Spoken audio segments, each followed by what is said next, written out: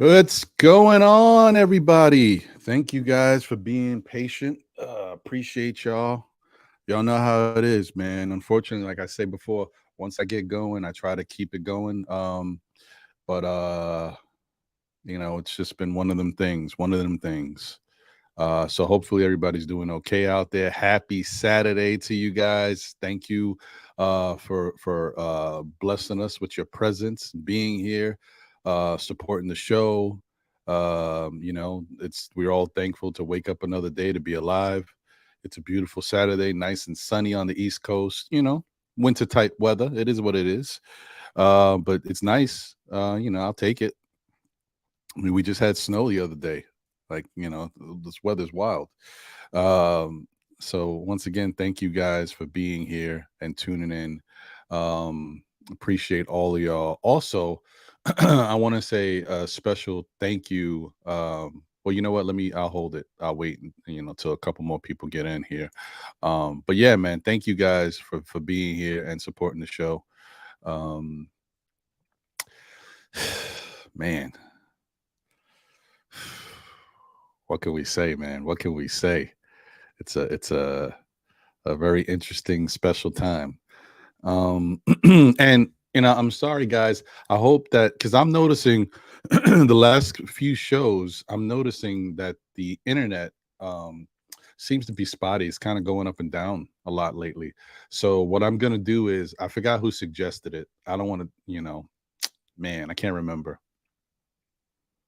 But definitely one of you guys suggested it before, and I think that's what I'm gonna do because I've really kind of exhausted all the options. So I'm going to reach out to my cable company after the show. I meant to do it before the show. It doesn't matter. It's going to take a couple days for them to get out here. I'm going to reach out to the cable company and have them come out and rewire everything. Because you know what? Like over time, I mean, who knows when's the last time the wires were laid here? Degradation happening to the wires is probably, corrupted the integrity of the signal. So maybe what they can do is come out and rewire everything, and maybe things will work a little better.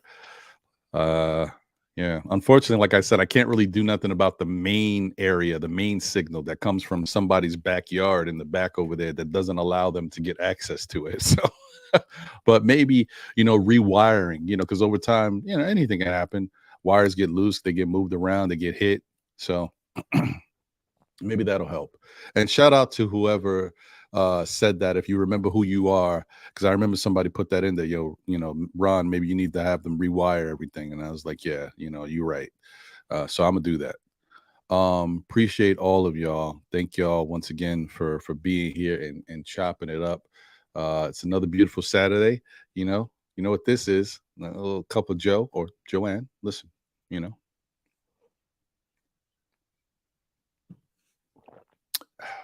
that's good. Yeah. Puts me in the right spirit. I'm in the right state of mind. I'm in a New York state of mind. Okay, I'm done. All right, I know. The euphoria set in, guys. The clouds, they're hanging over me. I'm all over the place right now.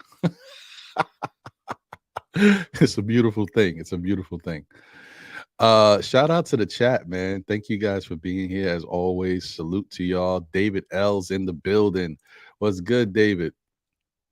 Geraldine McIver, the first lady of Still Knicks fans and the Knicks community, is in the building. Let's go. Let's go. She says, good morning, Ron, and all is well with you and your family. Thank you. Thank you so much. Appreciate you so much, Geraldine. Thank you.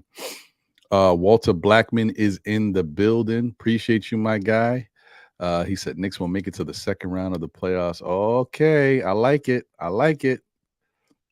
Appreciate you, brother. Hope you're doing well today. I know you're probably at work. Hope the day goes quick for you. And we go from there, man. Sha Powers is in the building. Salute to Sha Powers. Guys, I always say it, man. If you haven't checked out Knicks Real Talk, what are you doing? Check out Knicks Real Talk with my guys, Divine and Sha Powers, man. Really good content, really positive Knicks fans that kind of, it's kind of like this show, talking you off the ledge, you know what I mean? You know, yeah. They got the vibe, the right vibe over there. Appreciate them. And last night I tuned in and I was shocked. B, it was Shy Powers, it was Divine, and KJW was in the building last night. It was great to see him. So it was really a really good good time. A Train is in the building. Thank you for being here, my brother, and thank you so much for your generous contribution to my wife's cause. I appreciate you, and to all of y'all. I don't want to single everybody out throughout the show, but there's tons of people who have been contributing now, and I appreciate it. Geraldine, I could just keep naming the people who have stepped up and done that. Which like I said, if you can, you can. I appreciate it. If you can't, just share it. Share it to some. There's people out there. Like I said before, there's people out there that are philanthropists or, do stuff. They just do it as a cause. They get tax write-offs. They may not necessarily know the people involved, but they support. So yeah, you never know. It might find one of those people. And then, the people who want to support but can't, don't have to worry about that. I just want you to share it. Yeah. So, but thank you so much. I appreciate all of y'all. Stream Elements is in the building. Thumbs up for Stream Elements. Oh man, yeah. Like, see, it bothers me when I'm trying to talk to y'all and I see in the left side of my eye, I can see that signal strength is going up and down, and I don't like it. I feel like it makes the show choppy, and I apologize, man. I'm trying to give you the best quality content we can. You see, whatever little money we get from YouTube, we try to put back into the show, working on trying to upgrade and get a new mic, hopefully for a little better sound quality. And then as well as, being able to make the audio portion when we, because we're on Anchor, which is, a site that helps put your sound on other platforms like iTunes or what have you. So we're doing that now, starting to roll it out. We're trying to improve the sound. Like I said, we got a green screen now, so we got a more stable background that we can alternate. We're just trying to do little things. With everything else that's going on right now, it's tough. But and eventually, who knows? Maybe we'll be able to get a different setting or something, and then maybe the green screen won't even be necessary. Maybe we'll have a nice background, a live background with Knicks memorabilia and stuff going on. But we take it day by day, man. I was watching a video of Still Knick Fans, our second episode the other day, and let me tell you, we've come a long way. So yeah. Shout out to my guy John and Jose. Appreciate you guys, man. We've come a long way. We still got a lot, a long way to go, but we've made improvements over the years. Big task at hand is in the building. Randle called game. Randle game. Stop playing with this team. Let's go. Pew, pew, pew, pew, pew, pew, pew. Oh wait, can't do that. Ja Morant be wilding with this stuff. Ja's crazy. I don't know what to say about young fella. He's out there. I don't know what he's doing, man. These young guys, man, they they live too much in the moment. I hope I'm saying that right, if that makes sense. Yeah, I think they live too much in the moment. Like everything is today, and they don't worry about yesterday or tomorrow. They're like, today. Listen, you better worry about tomorrow, because tomorrow could affect your endorsements. Tomorrow could affect your next contract. Tomorrow could, more of these moments where you're thinking, it is for today. You never know what can happen, man. You got to be careful. Ja Morant is playing in the wrong circles right now, if you ask me. I don't care what people say. He's trending in the wrong direction. He's got people around him that are supporting his behavior, and they think it's cool. They think it's funny. They think he's just living. You got to chill, man. You got to chill, because that stuff just permeates a different type of attitude and narrative and when people start to look at you a certain way, then we're talking about just the people that want to criticize. There's other people out there that want to test. Streets test, okay? Streets see you out there living your life. You got money. We don't got money. You want to walk around, you chilling. You want to wave a gun or whatever. You chilling in the club with your peoples. Hey, man, if you about that life, let's see. And I'm not wishing that on nobody. I'm not trying to say that. I'm just telling you that, you know, we grow up where we grew up. We know how it is. Like, that's, you got to watch that stuff. You got to be careful, man. Okay, well, that's enough of my soapbox for Ja Morant. I'm just glad that, you know, say what you will. Yeah, this Knick team doesn't have all of the crazy characters with incredible talent. Well, not that we don't got talent. I'm saying like those young studs, superstar players that you know do the gwitty and everything and got the fashion and chill in the streets and be in the clubs and people are like, oh, they cool. But they do got some really good character guys on this team. And you know, as much as we want to get on them for kind of being vanilla and square and all this stuff, I'd rather have that. As long as these guys play hard and play well, you know, it's you know, less things you got to worry about. Just saying. Just saying. All right. Okay. Cam from the Kickback is in the building. What's good? Appreciate you, my brother. Thank you for being here as always. Victor Rivera is in the building. Salute, salute, salute. William Thompson is in the building. The birds are chirping. Go New York. Go. Yeah, that's right. I know. What about them Knicks? Dwayne Dennis, what's good? Salute, my brother. Thank you for being here as always. Bricks Nation is in the building. Salute, salute. Knicks fan Brazil, my guy. Victor with a V is in the building. And great show the other day. He had I forgot her last name already. He had Anna, who is Deuce McBride's girlfriend, on the show, and she's a Brazilian. And I ain't gonna lie to you, bro. One, my subtitles wasn't working, so I didn't understand not one damn thing you were saying, but I was supporting the show and I was like nodding like I knew what was going on, but I didn't. I ain't gonna lie to you. But it was still a fun show to watch, and I support it, and I appreciate you, my brother. You always come with content. You always get great guests. Keep doing what you do. I hope you and your family are well. I hope your daughter's doing well, and your wife as well. So continued success, my brother. Let's see. Oh, well, you're welcome, brother. You're welcome. I have no problem. Sherwin's in the building. Good morning. He said, how many devices do you have connected to your network? You might need to shut 2 or 3 down. Actually, you know what, Sherwin, I wish there was an easy, quick fix, bro. That I don't. Right now, only 2 devices are on my network. One is a phone, and the other one is this, because when I'm doing the show, usually everybody else kind of takes a chill pill and allows me to suck up the bandwidth. It's just right now we're in a terrible situation. Like I said before, I don't know if you were here when I said it. Where I'm located, the main hub, I don't know how, I don't know why. The main hub, the connection for this block, is in the back of somebody's backyard, one of my neighbors. And that neighbor, I don't even know if they live there, to be honest with you. I think they use this home. This might have been a family home, and they just keep it for sentimental value. Nobody's ever there. You knock on the door, nobody opens. I don't know what's going on, but no one, the cable company or no company, satellite, whatever, nobody can get access to that spot because the people don't let them in. I mean, that the whole hub is probably old as hell. They probably need to change that whole hub out and put a new hub in. You know, who knows about the wires and stuff that's coming from that particular spot?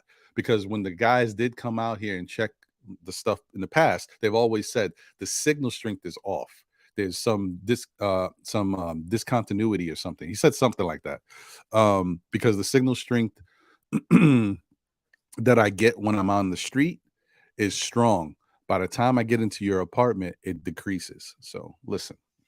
You know, and other neighbors have complained that their signal strength isn't the greatest either. However, this doesn't really affect people that watch regular stuff like YouTube or on TV or your phones and stuff, or if you're streaming like Fire Stick and stuff, Apple TV. It doesn't affect you. It's when you're trying to stream and do a podcast that you notice these issues.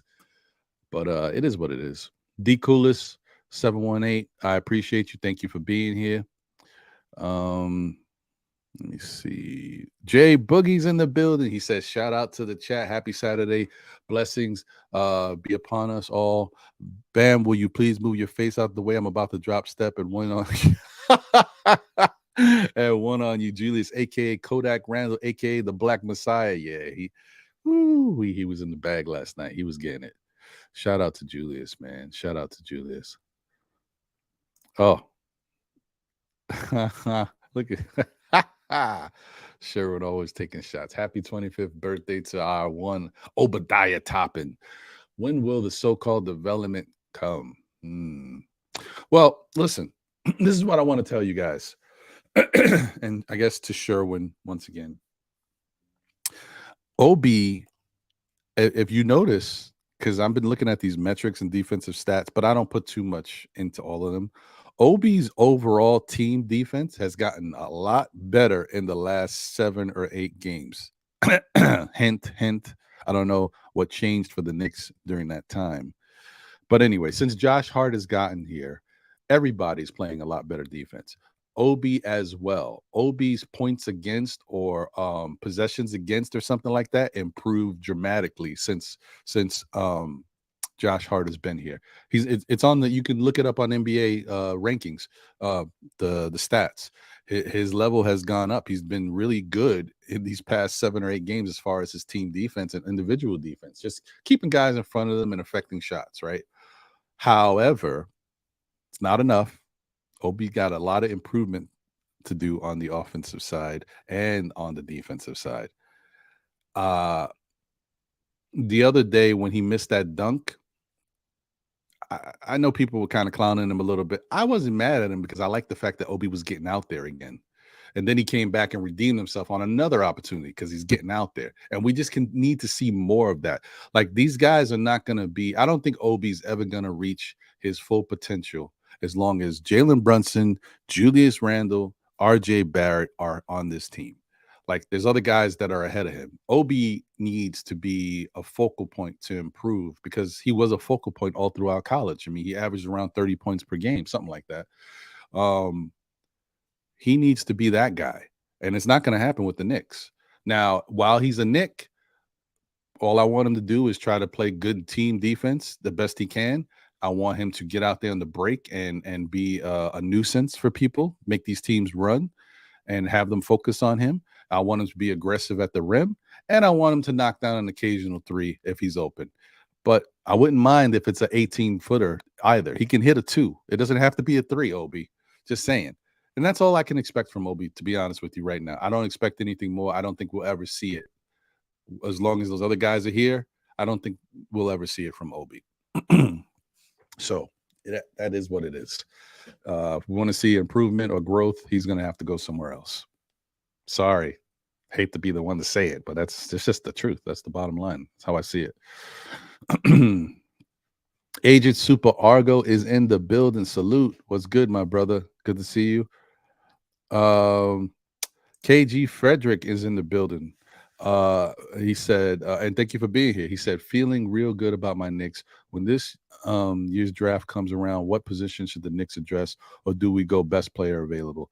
I think the Knicks are probably going to do small forward.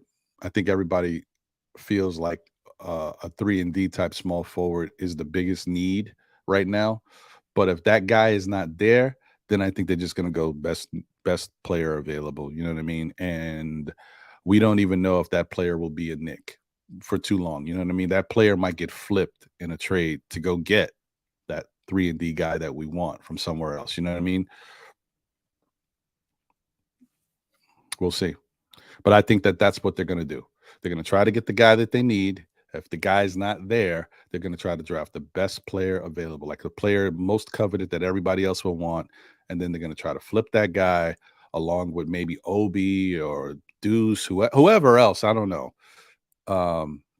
You know, we still got Fournier here. You know, whatever else they're thinking. I think they're going to try to flip that guy to go get that 3-and-D type player they need. Because I'll be honest with you, man, this team don't need much. It doesn't. If they're going to play like this, this is how they've bought in, and this is the type of talent that we've been witnessing and play from Julius and from Jalen. They don't need much. Listen, if RJ was playing well right now, like, he's not playing bad, but if he was playing well, the Knicks would look crazy right now. They look good enough, but they would look crazy if RJ was balling too. Because it doesn't leave a defense a lot to play around with. Like, you can't stop Julius one-on-one, so you double team him. You double team him, Jalen's gonna kill you. Then you try to get the ball out of Jalen's hands. You get the ball out of Jalen's hands, and then you double teaming Julius. Okay, that takes a lot off your team. You're gonna let somebody else beat you. But if RJ's stepping up and beating you, what are you gonna do? What are you gonna do? And that's like euphoria for the Knicks. If we can get to that point, then I think we could beat anybody, because the Knicks do play sound defense. It's not perfect, as you guys saw last night when we played a team in Miami with a Jimmy Butler, a specialized player who knows how to get to the rack, get his little, short jumpers off, or his in the paint twos. Josh Hart struggled a little bit taking on, Jimmy Butler, which, I mean, that's why Jimmy Butler is a great player. But we were still able to do what we needed to do and get the victory. It was hard fought. It wasn't easy. And I like that, because that shows a lot. That shows a lot that the Knicks will keep fighting no matter what. I mean, Knicks came out and they blasted Miami, hit them with their best shot, and Miami was getting it, bro. And let me tell you, when the fans in the Miami Heat arena was chanting New York Knicks, ooh, that gave me chills, man. That was crazy. They were so loud. Miami heard that and was like, what? Not here. And I appreciate that, man, because Miami's a good team. They've always been a good team. Sometimes they're great, and sometimes they're just good, but they've always been a good team.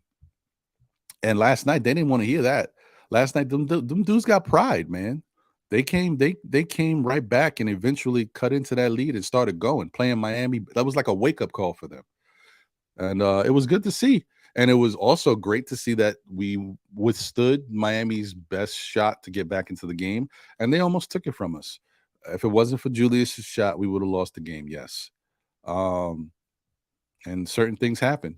Maybe if Brunson didn't get hurt on that play trying to help out against Jimmy Butler, maybe he would have still been in the game, and we could have withstood a lot of them coming back, because having his presence in there helps.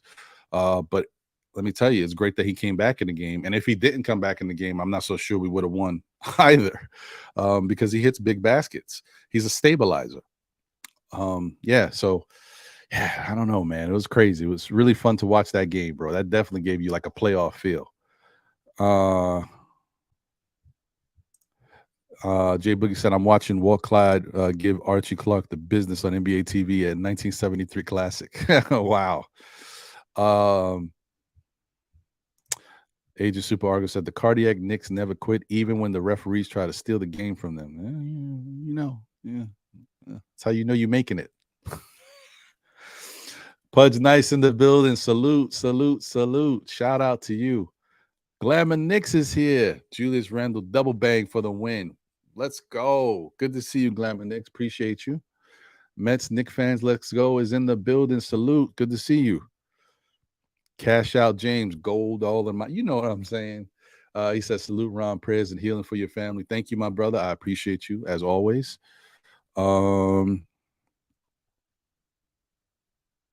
Yeah, the double bang was everything. Let me see. Building Blocks is in the building. Salute. Appreciate you. Infamous New King is here. Salute. Good to see you. Francisco Carrillo in the building. Salute. Appreciate you, my brother. Fabian Williams is here. Salute. All right.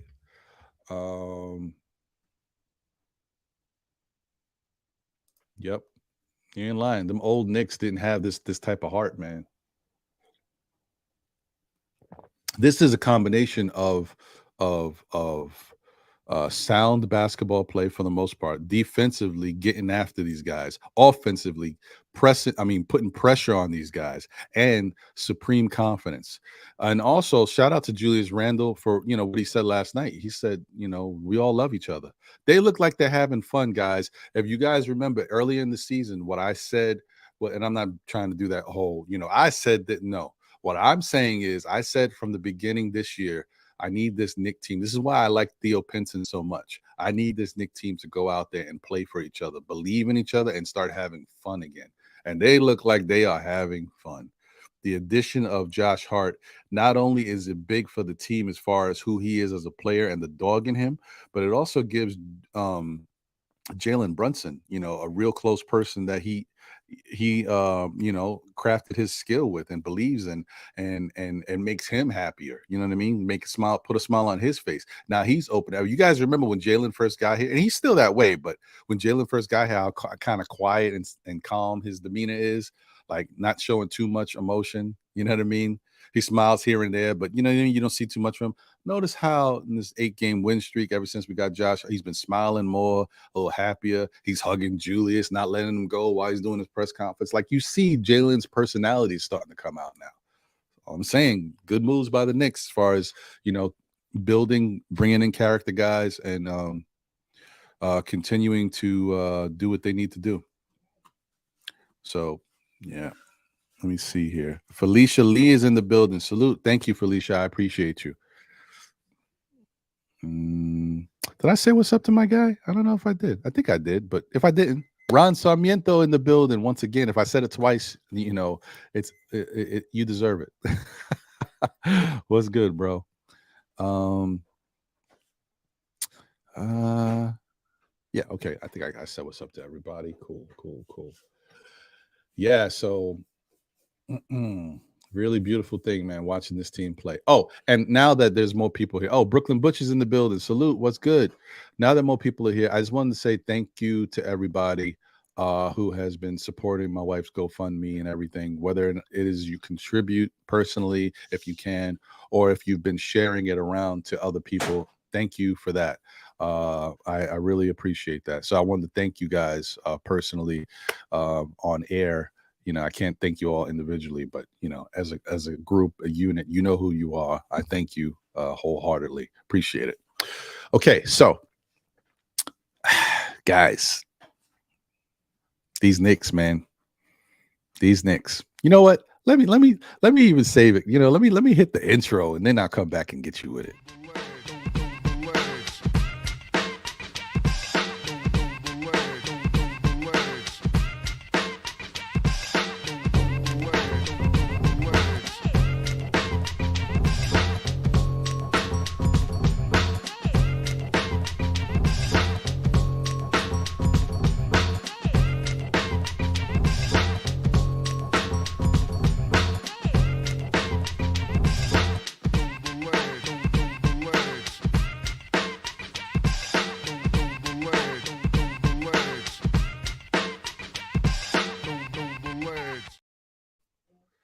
All right, we are back. Let's go. Shout out to our New York Knicks for doing the damn thing.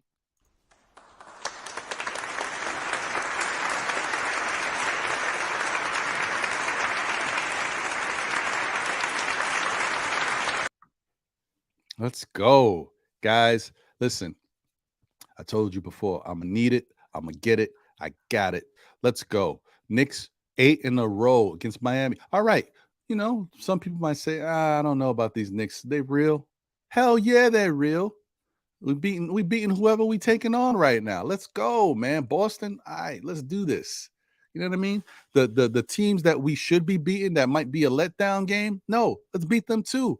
They're a tough Miami Heat team. Well, they wasn't tough to start, but then they came back and showed that Miami Heat pride. No, well, you take an L too. Let's go. All I can say is another one. That's right. Tell him, DJ Khaled. Another one. Yes, that's right. That's right. Add it to the list, baby. 8 in a row. Let's go. Let's go, Knicks.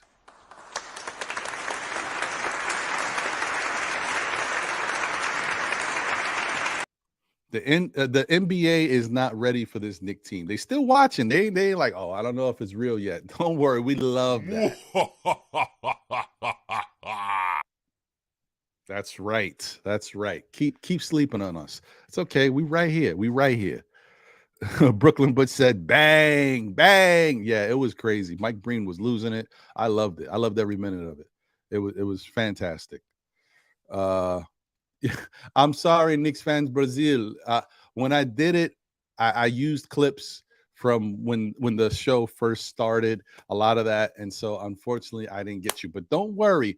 When I do it again, I will revamp it, and I will try to include a little bit more of the Knick fan love that we have accumulated here, man. We got love for you, Victor. We got love for you. I mean, listen, you were here for the monumental day when we reached 2,000 subscribers. You know how it is. You know what it is. Let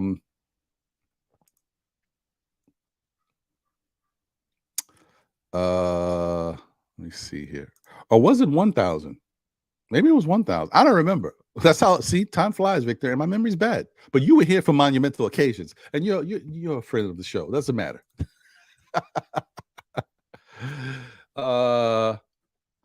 Let me see. Let me see if I can grab it. I might be able to get it. Hold on, guys. Listen, let's see what we can do here. This might be worth it. Hold on. I think I might be able to get it. Come on. I might have to look for it, but I'm gonna get it. Let's see.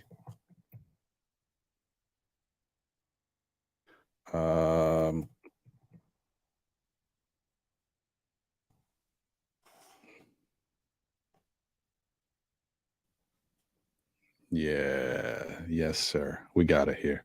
Hold on. This is worth the copyright. Sorry, guys. Just had to get it.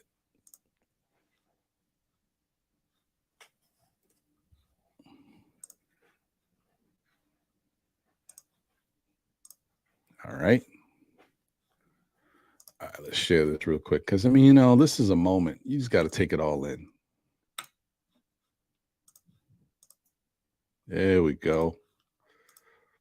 Oh, man. Yeah, like I said, it's worth it.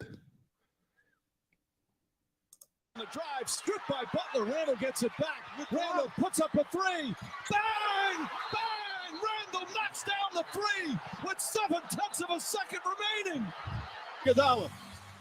Oh, no, I don't need to see nothing else. I need to see this. Randle on the drive, stripped by Butler. Randle gets it back. Randle puts up a three. Bang! Bang! Randle knocks down the three with 7/10 of a second remaining. Oh, let's go, man. I love it. I love it. I love it. Oh, it's a beautiful thing. It's a beautiful thing, man. Let's go. I was so hyped last night. You guys don't understand, man. I was so scared. Only Julius could give guys, the Knicks fans, this type of agita, man. Dude was like, I know, D Coolest. I get it. I know, bro. I know. It's YouTube's gonna flag me, man. It's copyright. So it's cool. It is what it is. I'm like, I don't want to not watch that and not hear Mike Breen say bang. Come on, man. Like, sometimes you just got to take it. It might affect the whole show. It is what it is. Like, I just got to do it. I got to do it. It was worth it. We don't get a lot of these moments. Julius Randle don't hit a lot of these game winners. I was happy for him. He finally got his moment. And it came in an incredible game where he had 43 points. Like, you can't write a better script for Julius. Julius had a fantastic game. He kept us in the game the whole game. And then he gets the big shot. I mean, in Julius Randle fashion, stumbling and bumbling, losing the ball before, then getting the ball back. They scored off when he lost it earlier. Then they get the ball back. Then he's losing the ball. He gets it back. They try to poke it away, whatever. He stumbles, almost dribbles it off, and he gets it back, and then he shoots the shot. Come on, man. You can't write a better script. Only Julius can do it that way, though. Julius is, I got to tell you, when I think of Julius, for whatever reason, I think of Popeye. I think of Brutus. Julius is such a brute, man. He can't do nothing finesseful. It's always got to be like a wrecking ball going through a wall. The dude stumbles and bumbles, has to gather himself. He hits the shot. He's going crazy. He lost it. It's like he's running around the court. He can't even see nobody. He's running over his coach. He's getting pushed by quickly. He's backing into the lady behind this. Julius is a madman, folks. You gotta love it, though. What can you say, man? I love it, though. I love it, man. It is what it is, man. It was a beautiful thing. I don't care. Shout out to Julius, man. I'll take that 10 times out of 10. The whole thing, watching Tibbs fall over. I'm sorry to see that, though, because I felt bad for Tibbs, because Tibbs had his back turned. He didn't even know what happened. He's like, oh, down goes Tibbs. Oh, man, Julius is a monster, bro, for real. It's crazy. Oh man, shout out to Julius Randle. What a great season for him. What a great story.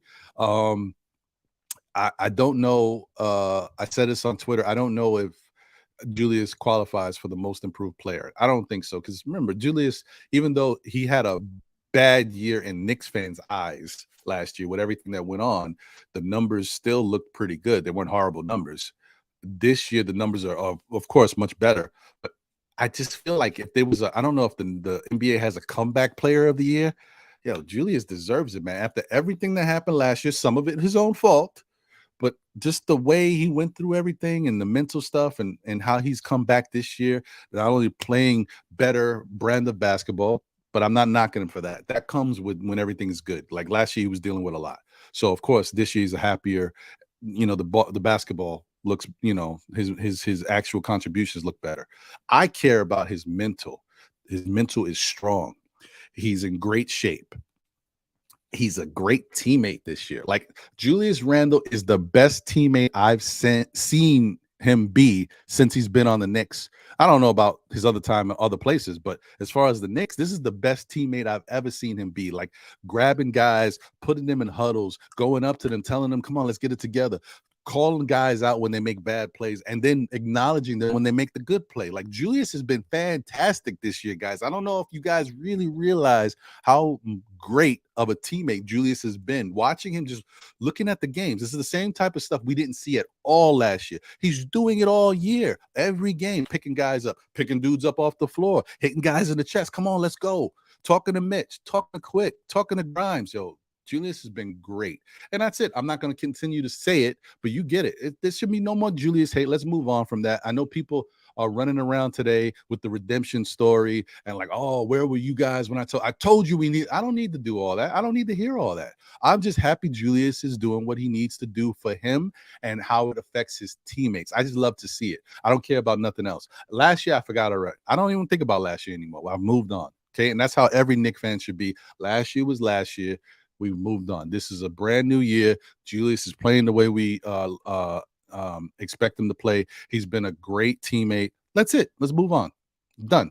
That's it. I don't even want to continue to beat it with a drum, because at what point do you get a chance to really kind of do something and turn the page in life? Julius has that moment right now. We should all acknowledge him and just go with it.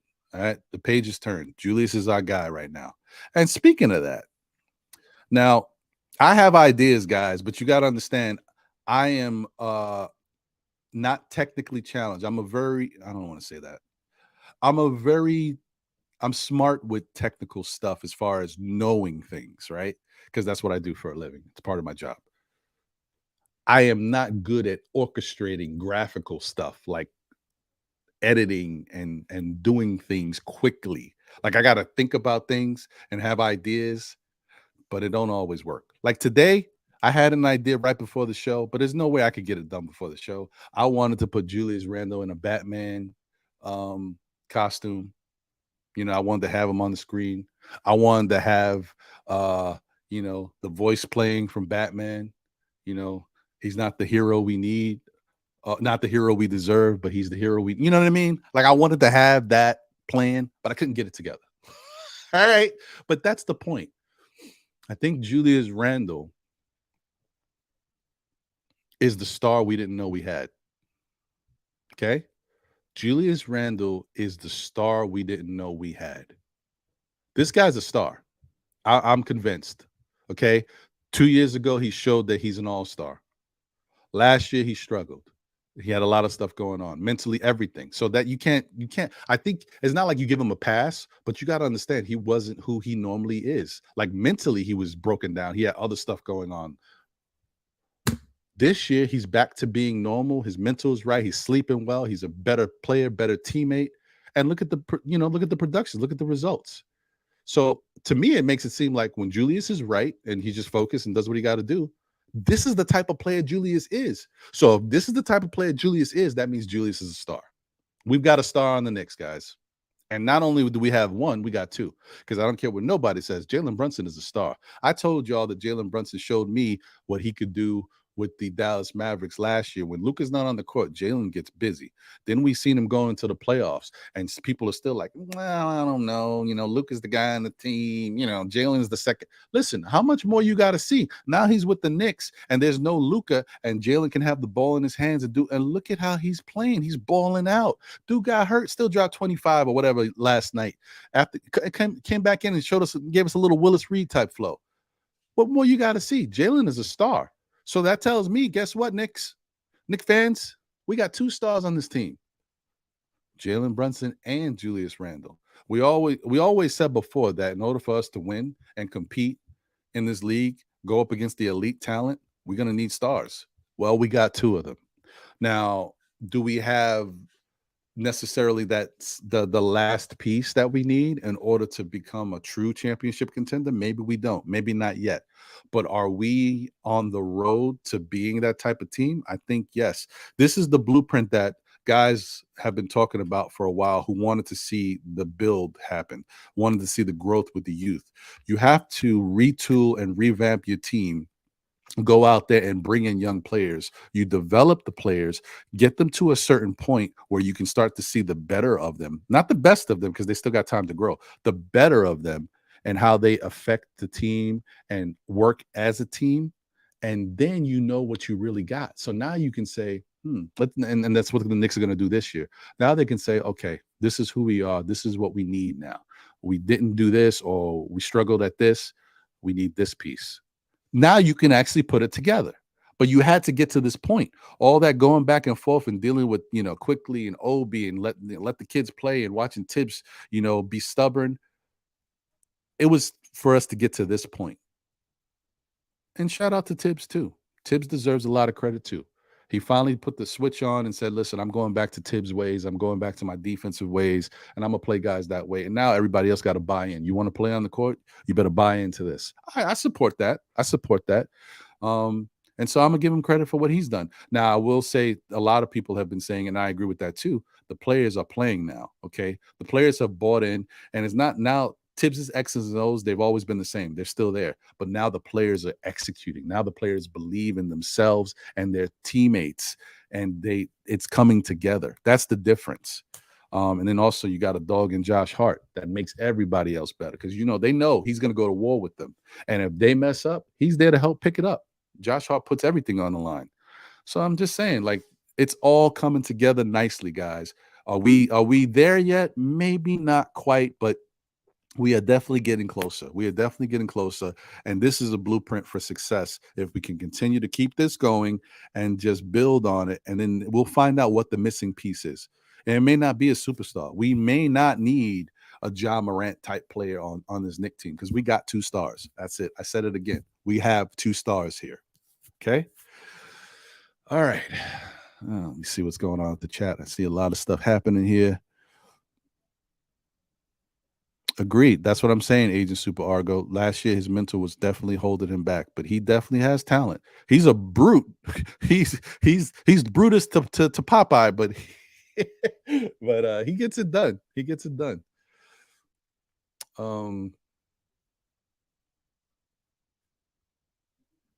Facts. Brooklyn Butch, thank you for the generous super chat. He said, I owe his therapist and whoever suggested he get one. Yeah, man. I mean, whatever it took to get him back on track and get him right. We're all human, man. Real life stuff happens. I mean, you guys can see I'm a testament to that. And sometimes, you just need to kind of focus on what's going on, address it, and then get yourself to a better place. And I think that's what's happened to Julius. I got nothing bad to say about Julius. I'm sorry.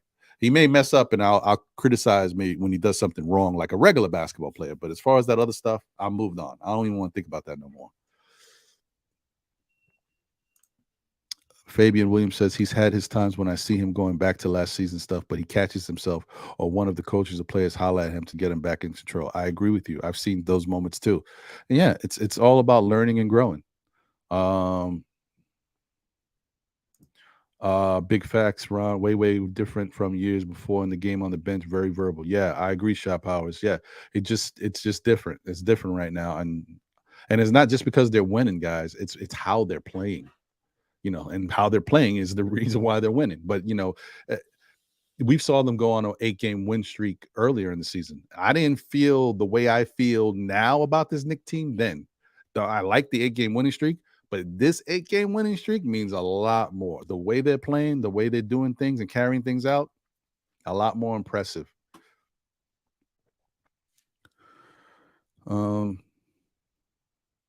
Yeah, it is. It is. Shout out to Jay Boogie. Thank you for the generous super chat, my brother. He said the only person I know that ran around better than Julius last night was the great Jimmy V when they beat Houston and he didn't know who to hug. Yo, Julius looked like he got shot out of a cannon. He was just like, where do I go? Yes. It was beautiful. It was beautiful. It's unfortunate that that Tibbs meme is going to last for a while, man. Him getting run over. Some people said, welcome to the Knick Club. Now, a coach that got run over, now you know you here. You here for real. Wow, man. Wild stuff. Francisco says the switch has been switched. Yeah, man. Yeah. DSJ is in the building. Salute, my brother. Good to see you. I hope you're doing well.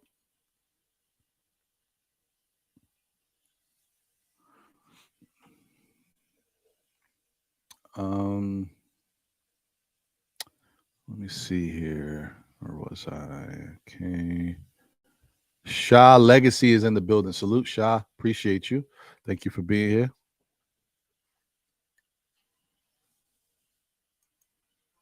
Manchild is in the building. Salute, my brother.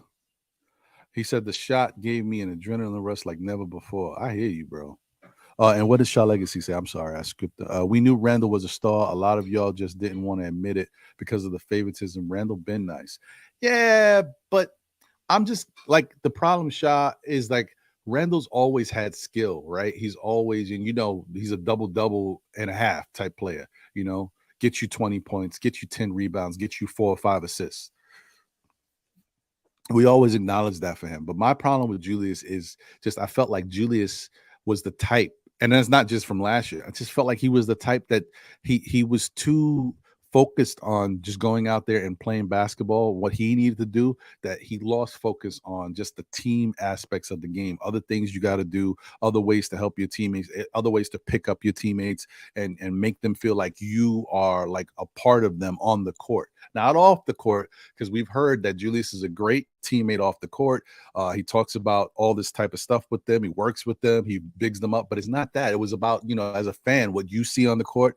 And honestly, it's also how if you see it, then, or don't see it, then that means it's not happening. So, and Julius needed to be able to bring that same energy and that same stuff he talks about with these guys off the court on the court. I'm telling you, it helps. And you've seen it all year. And he knows it.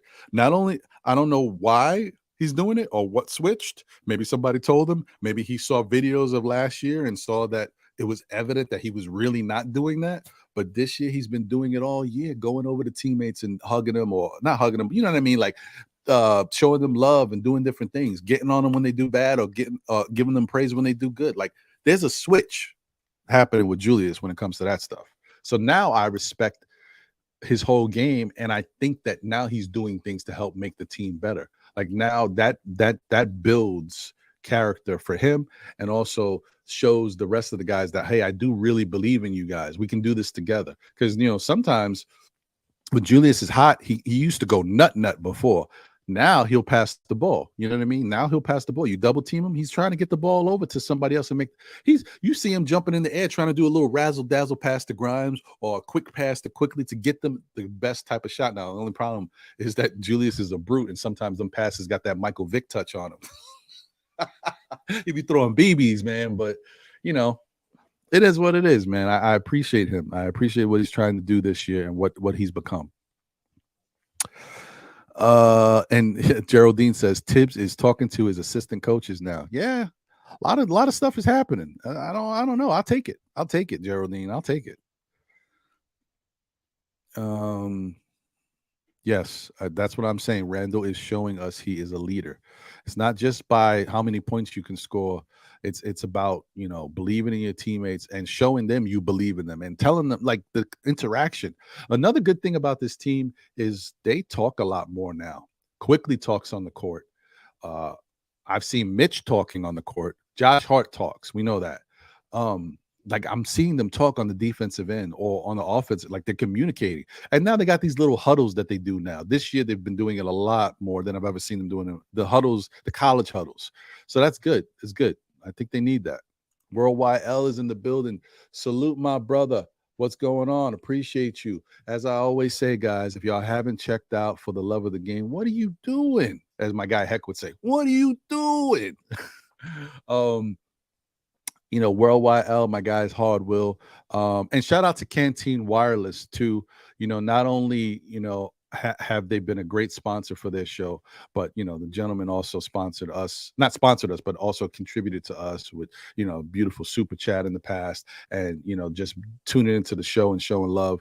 Shout out to Canteen Wireless as well. But guys, check out For the Love of the Game. That's right, the number 4 OUR, Love of the Game.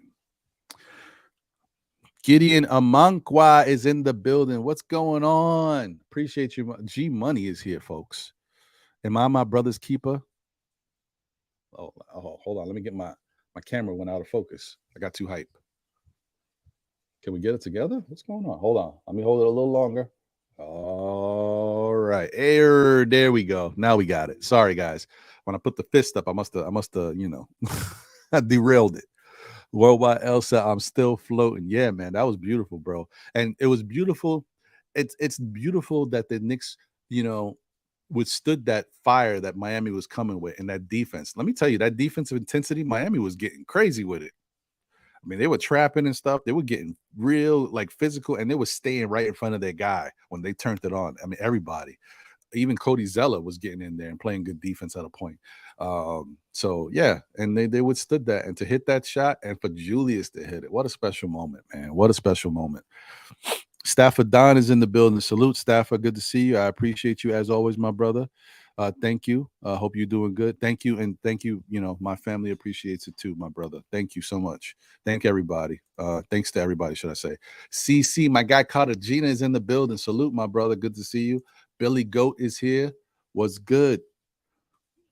Yeah, dude, Billy, let's try to be positive and move on, brother. You're right. A lot of us wanted Julius gone, me included.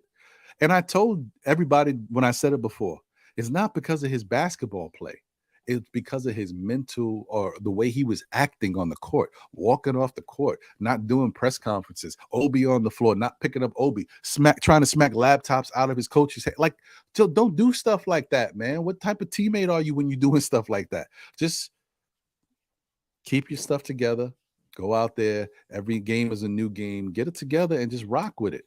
Like, this year he's made a full 360 with the way he treats his coaches, his teammates, the way he approaches the game. That's all I was asking for. I don't care about the numbers, because Julius puts up numbers no matter. He could put up numbers in his sleep. I don't care about that. The fact that he's playing great this year, this is probably the best he's ever played in his career. It's much better than the most improved player season. That's fantastic. I don't care. He could have played like he did in the most improved player season. I would have been fine with that. Or even the year before that. I would have been okay, as long as he's helping the team and he's doing this other stuff that I like to see. I just didn't want to see all that nonsense he was doing, man. I need you to be a teammate and be a team player, and just think about that stuff. I don't need to see all the other antics. But yeah, I think that I hear you, brother. But at some point we gotta, and then I'm not just saying this to you, Billy Goat. I'm saying this to everybody. At some point, as Knicks fans, we gotta move on. Okay, we've seen the bad. Now we're witnessing the good. Let's embrace it, take it, and go with it. You know what I mean? How everybody was saying before, just pick a direction and go. Well, now we got good stuff happening for this team. Let's embrace it and go with it. Let's just keep it going and keep championing it and keep, bigging them up for doing what they got to do out there. It's a beautiful thing. D-Ras is in the building. What's good? Appreciate you, my brother. Good to see you. Yep, I agree with that, Billy Goat. Yeah, Julius is a star. I agree. and only 5 superstars in the NBA. I think that number may be true too, something around there. Not that many guys are superstars. To be honest, when you think about it, when you look at what a superstar really is, there's not that many that are. Big Lou is in the building. Salute, my brother. Appreciate you. I hope you're doing well. Thank you. Go New York. Go New. Yes, let's go. Jimmy Henry is in the. Oh, what the hell happened? I just clicked it and it went away. All right, let me let me get that back. Oh, Jimmy Henry is in the building. Salute. He said Josh seemed to be a nice piece of the pie, and RJ just needs a little more fire, eagerness, and confidence to be Randle's sidekick. That's the piece we're missing. Yeah, someone said it, and I saw it somewhere yesterday. And it's obviously, I've said it too in the past. If RJ just continues to play within himself, not take bad shots, take smart shots, continue to try to work on his team defense, and just be in the moment when we need him. That's all we need. And there's going to be moments where RJ's got it cooking. He's going to get it cooking because, guys, as much as RJ struggles and is not the most efficient player, when RJ's hot, he's hot. We haven't seen a lot of it this year, but when he's hot, he's hot. You've witnessed RJ go for 40. You've witnessed RJ get plus, 30 plus multiple times. When he's hot, he's hot. So if we get one of them games and Julius is going and Jalen's going, watch out. But you just got to stay within yourself. Big Lou says, I first want to apologize. I'm not a Randle fan, but I must say he is balling and to lead the charges on all-star Jalen Brunson. Yeah. Just give him credit. Credit where credit is due. When a guy deserves it, he deserves it. As much as we like to get on people when they're doing bad, we got to acknowledge them when they're doing good. And Julius is not doing good. He's doing great. Glamour Nick says, I'm loving the huddles on the. I know. I'm like, that's a good sign. Like, this team needs that stuff. We're a team that we got introverts and all types of people on this team. Get them huddles going, man. Let's talk. Tibbs was showing Brunson how to take charge with someone like Julius is coming. It didn't really work that well, man. Tibbs got obliterated, bro. Whew, that was bad. I can't even believe Julius he didn't know what was going on. And I don't even think Julius knew that he knocked Tibbs down. I think someone probably had to tell Julius after, you wiped Tibbs out. It's crazy, bro. That is crazy.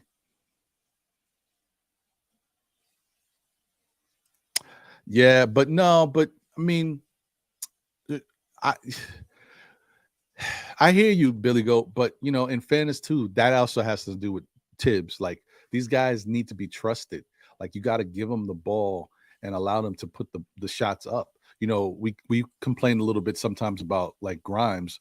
Grimes sometimes takes 2, 3, maybe 4 shots a game. That's too little for a guy like Grimes. Grimes needs to be in the motion. He needs to be getting 7, 8, 9 shots in a game to help be a contributing factor.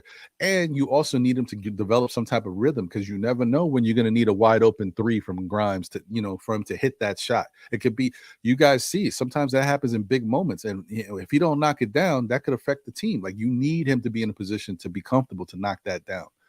So, yeah, I mean, I hear you. There's some truth to that. Guys are hitting much more shots this year. We've been shooting better as a team. As far as scoring, we can score. That's not a question. Now, right now, the scoring has been incredible because we've been hot from 3. That could be fool's gold sometimes, so we can't put all our eggs in that 3-point basket, but they have been playing really well when it comes to shooting from the perimeter. That might be it, man, child. That might be the piece. That's the piece that we've all talked about as Knicks fans, and it still may be the answer for this team. An elite small forward away to be real contenders. Look, honestly, we don't know exactly what we need to really do it, but that does seem like it. But those elite small forwards are not easy to come by. Now, if you tell me next year the Knicks are going to have the same team for the most part, maybe we lose Fournier, maybe we lose Obi, maybe we lose Rose, maybe we lose Deuce, and maybe we lose some draft picks. I don't know if that's enough though. And then we wind up with somebody like a Jaylen Brown. Come on, man. RJ might have to go in that trade too, to be honest. I don't see how they could pull that off. And I don't even know if Boston will want to do that. There's probably other teams out there that got a much better package for Boston. I mean, listen, Denver could say, listen, we'll give you Michael Porter Jr. and Murray, and you give us, Jaylen Brown. Not that they would do that, but they could do something like that. You know what I mean? And that's a much better attractive package to Boston than what we would offer. Just saying, because Boston is a win now team. They try to win. They close. They tasted a little bit of it last year. They want to win.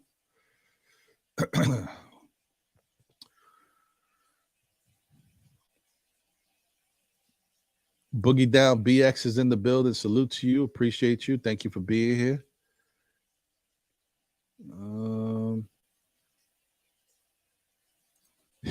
A-Trade said Tibbs getting run over Miami, Van Gundy 2.0. Yeah.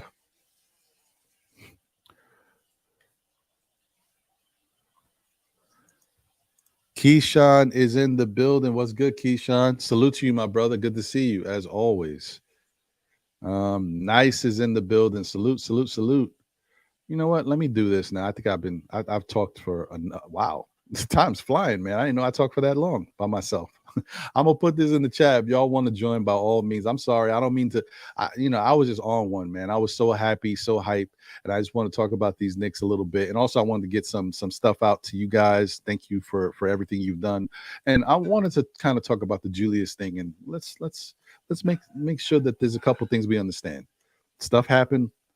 We'll move on from that. It's a better year. It's a new year. Let's work on that and focus on that. Also, he's a star. Julius Randle's a star. That's it. He's not just an all-star. Julius is a star. So let's just keep that in mind and go from there, folks.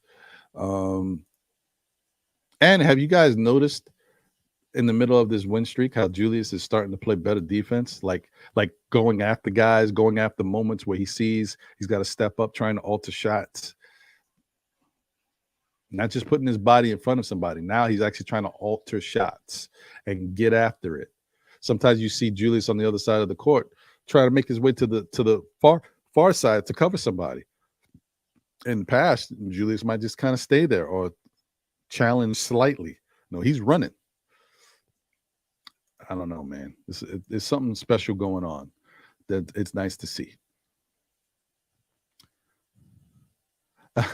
Richard Vance is in the chat. Appreciate you, Richard Vance. Thank you for being here. I don't know if I've seen you in the chat before, but thank you. Let me see. Did I miss anybody? Silk Sutton is in the building. Salute to you, Silk Sutton. Thank you for being here. Ron, the move is RJ and Obi for Mark Ingram. Okay. Nick Yak is in the building. What's good?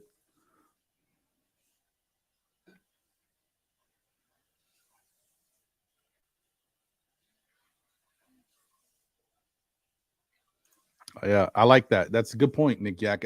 The team has fight in them. You know what I mean? They're not going to let you just step over them and do whatever the hell you want. It was nice to see, Mitchell Robinson challenge that dunk and not let that happen. It's nice to see Josh Hart argue over something that he feels is wrong. You know what I mean? Like, you're not calling things that should be called. He got that technical, but sometimes you need to catch a technical. It's okay to catch a technical at a certain point in the game when it matters, like it's a just cause. You don't want to do it at the wrong time. I like the fact that he calmed himself down because, there was a point where some of that same stuff was still happening and Josh Hart could have easily called another technical and been up out of there. And we know, we needed him. So I like how he kept himself. That's all we asking. Like, you can be a passionate player. You can have that type of thing when something bothers you want to talk about it. Keep your head in the game, man, because we need you. And that's what I felt about Julius. We need him. Let me see here. Let me get my guy G Money in the building. What's good, G Money? What's shaking the bacon? Cool cats. What's going on, Ron? Chilling, brother. How are you? Watch my man, Ron. I'm doing great. Good to see you, my brother. Good to see you. Shout out to Cormega in the building. Salute, my brother. Shout out to Ricardo. What's good? Good to see you. John Talento is in the building for whatever reason. And I know this has nothing to do with anything, John Talento, but I don't know. Every time I see your name, I think of Fast and Furious. I think of John Toretto. I mean, what was his name? Toretto? I think, I don't know, Vin Diesel's character. Don't mind me. I'm all over the place. I got a lot going on. Anyway, Big Lou, I see you trying to get in. Listen, if you can do it, by all means, I appreciate you, brother. But if you can't, I understand, man. The connection issue, sometimes it's tough to get that. And you know, in some cases, you might even have to invest in some, invest some money in order to get it to where it needs to be. But I don't want you to have to worry about that. I appreciate you in the chat and just seeing you around, man. Let me see here. Andrew Gutierrez is in the building. Salute, my guy. Appreciate you. Thank you for being here. And I got another gentleman in the background. Let me see if I can get him in here. Victor Hatchback is in the building. Let's go. Knicks fans Brazil here, folks. Hello, guys. How are you? Right. Man, so great, bro. So great. Knicks wins. 8 wins, bro. Knicks wins in Brazil. Since 1973 in the same season. Yep.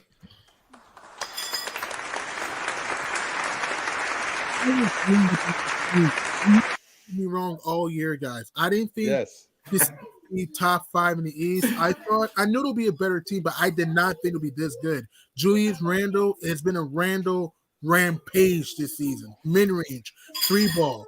Phenomenal, playing harder on defense, staying on his man, getting deflections and steals. And what I love about what Randle's doing this year is showing not only leadership, accountability.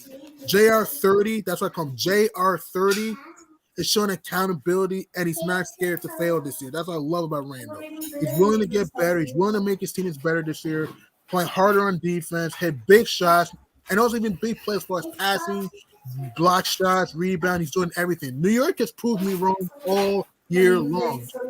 Jalen Brunson, the Brunson burn has been up to a 10. It's spicy hot.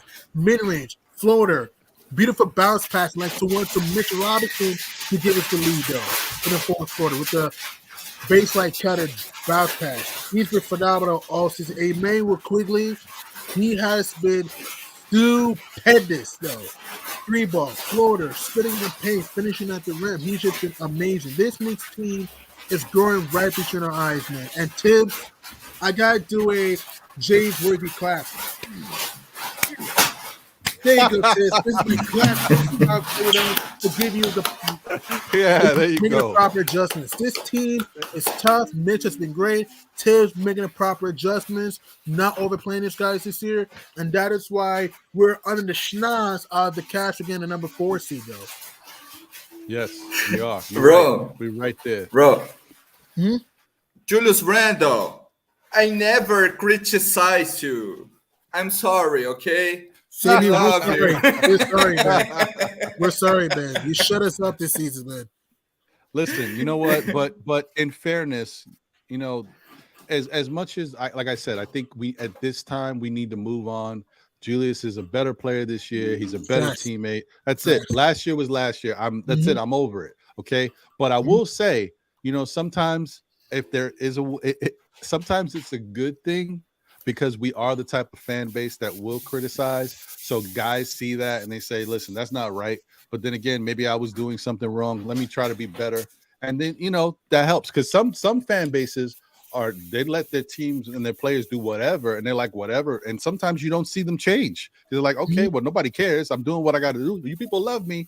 You know, so sometimes it's good to be negative on the team and players, but not all the time. Like, last year was crazy. Yeah, don't criticize, yeah. Yes. Yeah. Yes, this is much better. Go ahead, bro. Victor.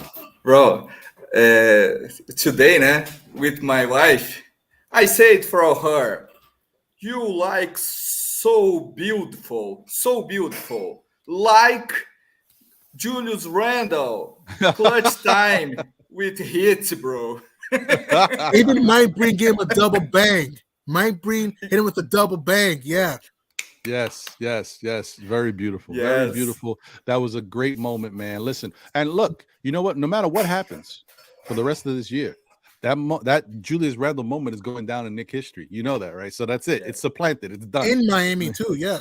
Yeah. So it is what it is, man. It's a beautiful thing to watch. Shout out to William for all the way from Brazil as well. Appreciate you, William. Good to see you, my brother.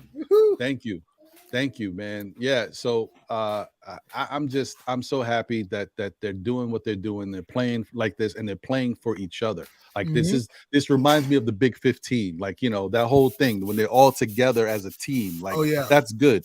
And I hope that let me say one thing. Okay, I'm sorry. I want to say it. I'm on cloud 9 right now, but there was one thing that I saw that bothered me yesterday. I was watching the Knicks play defense in the fourth quarter, right? Yeah. And there was a point where this was while RJ was still out there in the court. I think it was the fourth quarter. And quickly, like, this is when what's his guy's name? The shooting guard for Miami. Tyler Hero. Tyler Hero, yeah. Tyler Hero had the ball. And, you know, he at that time was the only 3-point threat that you had to worry about, right? And it was only a matter of like, I think it might have been to end the quarter or something. I don't know. The point was Quickly was guarding him, and he had RJ on his right, and he was waving RJ over to come trap Hero with him, and RJ just looking at him. I'm like, what are you doing, RJ? Come on, RJ. He's been great on defense this year. So if there's anybody you should respect, it's Quickly. His anticipation has he's been knowing what to. If he's waving you over, RJ, go to Quickly. Do what he's telling you, because it was the smart play. Get the ball out of Hero's hands and let somebody else try to beat you with the last amount of seconds left, because nobody else was hot like that. You got to think. You got to think when you're on the court. It's got to use the brain. That's why IQ is IQ. Tell me about it. Use your noggin. That's what I'm saying. 6 man. Yeah. IQ. Yeah, and shout out to that. I missed the other day on the NBA Reporter NBK. I was going over some early thoughts about who might be the front runners for these awards, and I forgot the 6th man of the year, because I should have did the 6th man of the year, and that would have been Quickly. He might be a person who gets that nod. He's really good this year, really good. Good point, Victor. Awesome. No, Ron, it's funny because in Brazil last year, Knicks fans so angry with Randle. Now with Barrett, bro. I have so many jerseys. Barrett jerseys, bro. Yeah, me too. I have five jerseys. Oh wow. It's complicated, bro. I know. It's tough. Wrong. I believe yet in Barrett, but Barrett is in the season inconsistent. I agree. Very, very, very inconsistent. Yeah. And but I still believe. And Julius Randle and J Money. Julius Randle, shut up in my mouth. Same here. Because, man, bro, this off season, I tell. He's got stronger Randle. This off season. Stronger, yeah. I agree. JR30. Yeah. Yeah. And now with Josh Hart, underdog. He's a bulldog. Can dive for loose balls, can hit the corner 3, can dish the rock, can post up, can finish at the rim, and can crash the glass. Josh Hart has captured my heart, and he's underrated, man. Very underrated. And he's a great on-ball defender. And very smart. Yes. Yeah, I agree. So let me get my guy, another one of my guys in here in a second. But I just want to say I've been here. Oh, yay! Hey, what's going on, though? Hi. This shirt. Girl. New York girl? Is that what it says? New York girl. Hey. New York girl. Hey, what's going on? She's beautiful, Victor. God bless her. Say bro. hello. Hello. Say hello. Hello. It's okay. She can hit me with something different. How you say hello in Brazilian? Alô. Alô. There you go. Oh, Lord. Oh, sing the music. Go New York, go New York, go. Vamos lá? Go New Let's York, go. go New York, go. Go New York, go New York, go. She's shy. Go New York, go. It's shy. J Boogie. Oh, J Boogie, velho. J Boogie. What's happening, my brother, Victor? What's going on, my guy? How you doing? Shout out to the chat. What's happening, Ron? What's happening, my brother, aka the Encyclopedia? G Money in the building. I ain't talking about the New Jack City. I'm talking about the new Knicks City when I say G Money. Shout out to the chat. Happy Saturdays, man. Hope everybody feeling good. Hello, little princess. Hello, little princess. Hi. How you doing? Oh, there you go. Show J Boogie some love. Here. Matter of fact, here, say hi to her. Hi. So, Say hi. Two Rugrats in the building. What's going on? It's shy. Shy. It's okay. shy. Hey, when you come on this show right here, you gotta know Ron love the kids. Still Knicks fan. Yeah. We love the kids. Yes. Man, so let me get J Boogie's thoughts on what's going on, man. How you feel about what you saw last night, brother? What you mean? What I feel about? Yeah. What you mean? What I feel about last night? We on a different one. We separated from everybody right now. You know what I mean? You know when you play the Knicks right now, you got to bring your A game. You can't come in the building with your B game or with a take a night off game. Too many things is going on. Oh wait, and one second, J Boogie. I'm hearing a little bit of background though. So whoever was not speaking, like if you can mute yourself. It's not me. Here. Okay, I'm just gonna mute you real quick, Victor. I muted you. Okay, I muted you for now. When you speak, you come back, you unmute. Okay, go ahead, J Boogie. I'm sorry. Yeah, man, it's a beautiful situation going on right now. You know, the family is playing together, man. I say the family. Everybody's on the same page. Everybody has love for one another. Stop it, right? Everybody wants everybody to do good. Everybody wants their brother to be, you know what I'm saying, the person they're supposed to be. And Tom is doing a great job. Shout out to the office, everybody. You know what I'm saying? I have no respect about feeling no wrongs and no doubts about what we got going on right now. You gotta love it. Every time when you think, yo, I don't know, can we? And you're undecided about the team, they show you a different sign. Yo, stop doubting us. We're on one right now, and we're playing hard for you. You know what I'm saying? And you got to love and appreciate it. And shout out to all the great fans that's traveling, going to city, state to state, going to being a part about this journey, what's going on, man. This is a great story right now. You know what I mean? A different story from trying to bring a hometown kid to the city. This is a different story, you know, starting with, you know what I'm saying, with us getting Brunson, with us not getting Donovan and all that. It's a great story. And we're right there neck to neck, right there with them guys. One game. And we right behind Philly. But I look for Cleveland to start looking down at us like that and be like, yo, we need to get out of these guys' way. I might really not want to play these guys in the first round. Maybe we need to go and catch Philly and let them deal with it. But I don't care who we play, when we play, where we play. We're over 500, you know what I'm saying, for the season. We're over 500 at home. We're over 500 on the road. We're 11 games above 500. This is another 8-game run. You know what I'm saying? Another one. You know how you say DJ Khaled in the background? It's another one. Another one. That's right, though. Man, I'm amped. I'm feeling great, man. I'm happy. I'm happy what's going on. And last night, man, I must say and share with y'all, you know what I'm saying?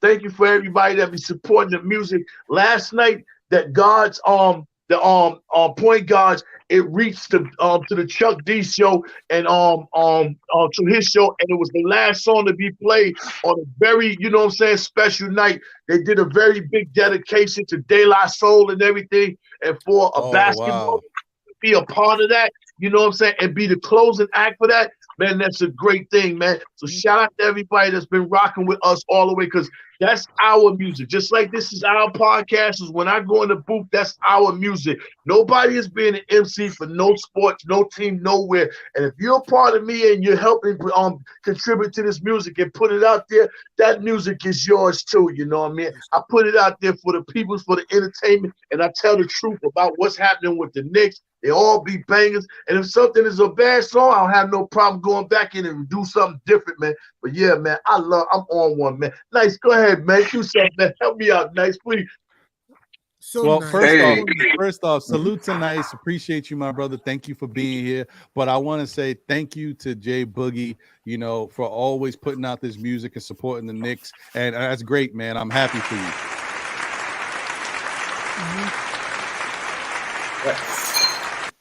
That's right. Jay Boogie always hitting us with another one. There you go. Another one. Yes, sir. All right. Nice. Go ahead, my brother. What's going on? I can't. Hey, before I say anything, salute to everybody in the panel. Love everybody in the panel. Love everybody in the chat. But I got to emphasize on something very special that Jay Boogie said. Like, everybody keep on saying, oh, but this, oh, but that. You guys are making me so depressed in a way of saying that you guys got to look at yourself in the mirror, because at the end of the day, that's what is all about being a fan. When you see the production, when you see the activity that the Knicks is giving us, why are we keep on saying, oh, but this, oh, but that? When they playing at a high level right now, it's not only the Miami Heat. I don't think if you guys missed it, but the whole league is on notice. The whole league right now is playing pitbull against New York Knicks because everybody is hating on those 8th Street. We gotta call it for what it is. Like, I don't want to hear no Julius Randle slandering at all. From here on out, if you have any slandering about Julius Randle, get out of here. Because at the end of the day, last year, just like I said it a million times, last year, it wasn't Julius Randle's fault. Mainly because they kept on giving him, what? They gave him Kemba Walker? He took a pay cut? And this is what you give me? At the same time, put yourself in the other person's shoe, man. He took a pay cut. He wanted to play for the New York Knicks. Choose. If Brunson was another one, Brunson could have been saying, hey, you know something? Let me put myself on bid. He did that. He wanted to play for the New York Knicks. Stop comparing, bro. Last night, I couldn't even sleep. You want to know why? Because that beautiful shot that Julius Randle gave us. Double bang shot. I'm on Red Bull. This is like my 5th Red Bull. I can't sleep. How? Haven't you guys heard Mike Breen? When have you heard him say, big, 2 times? Man, that guy was hype. And the most beautiful thing, guys, have you seen when Julius Randle was all hyped up that he hit that 3? And then all of a sudden the camera turns to Jalen Brunson. Like, man, that joy. Come on, man. Stop destroying the beautiful thing that's happening. Stop doubting us. I'm beginning to believe that if you're a doubter, if you keep on saying, oh, but this, oh, but that, you're not really a Knicks fan. Because Miami showed up. People in Miami went. They represent the Knicks. And you think it's only going to be Miami? It's going to be everywhere. Everywhere, because they appreciate what the Knicks is giving them. So stop doubting, bro. At the end of the day, whatever happens, happens. But at the same time, as fans, we got to support. We got to show our support that we believe in you. Enjoy this. Yes. Hey, Knicks fan, Brazil, I'll be checking you out. And at the end of the day, I swear to God, I will be listening to all your comments, bro, because the only downside is that I can't understand Brazil. But I love the content that you actually giving. I'm telling you right now, I don't care if you Japanese, I don't care if you Chinese, I don't care if you Brazil, Spanish, whatever it is. If you rocking with the Knicks, we rocking with you.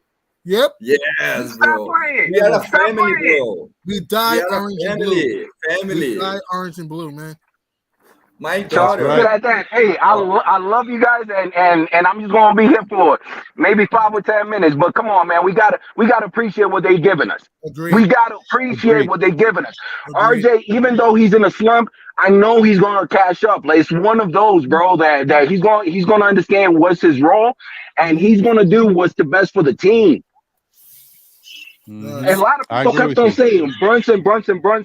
Oh, Brunson is the clutch player. Brunson, he found himself in a tight spot. What he did? Pass it to Julius Randle. Hey, big dog, it's your time to shine. Let's see what you're working with. Mm-hmm. Nice. I want to say just one thing. Nice. Mm-hmm. One thing. Yeah, sure. One thing. Mm-hmm.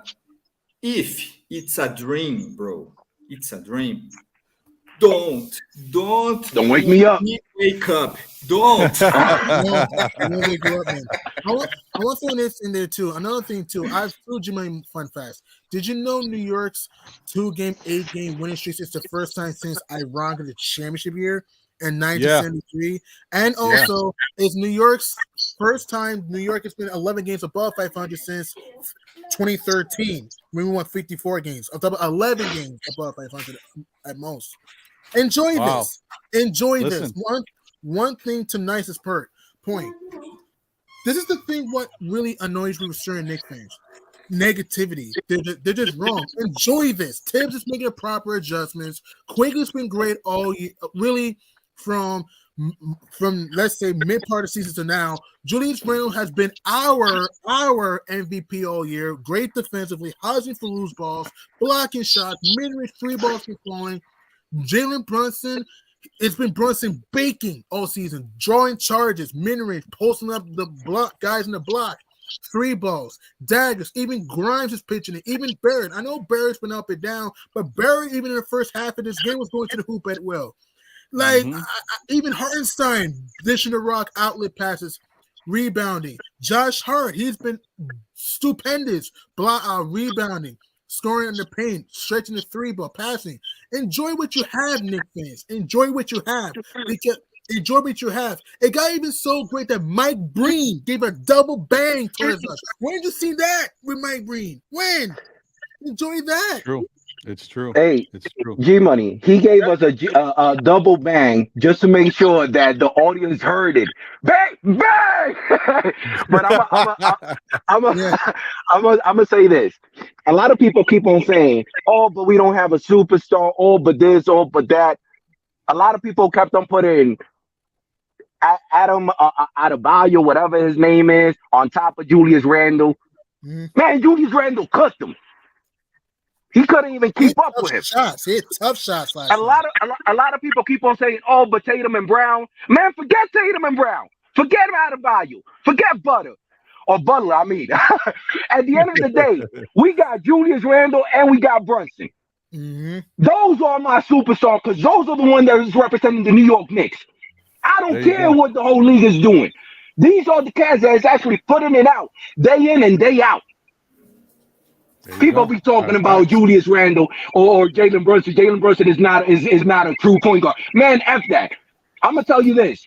This is how far I go with how much I trust Jalen Brunson. Jalen Brunson is bigger than Luka. Bigger than Luka. Not talent, but bigger in other ways because he makes his team better. That's true.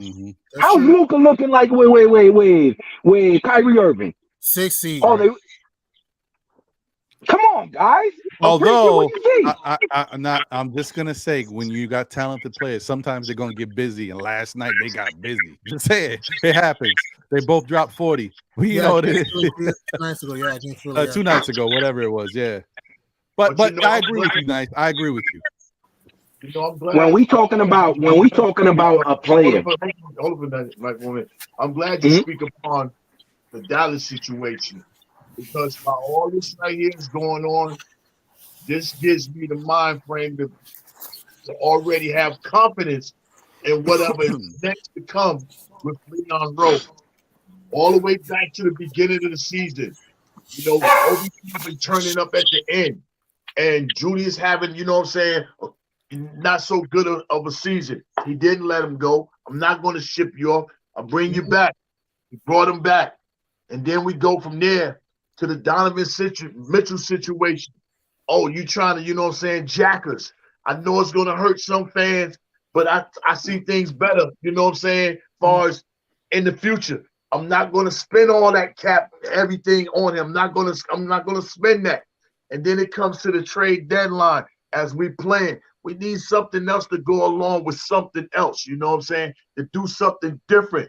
I'm going to go get Josh Hart. And then after that, it still ain't over. You know what I'm saying? In that trade for Josh Hart, I didn't trade the Knicks pick. I traded the Dallas Maverick pick. Because in my mind frame, we are better than the Dallas Mavericks. So that Dallas Maverick pick going to move up even further and closer towards, you know what I'm saying, us getting a better pick from the way we putting on. Were we 5 games better than Dallas, something like that? So I got to give Leon Rose some shout out, some love, some credit too.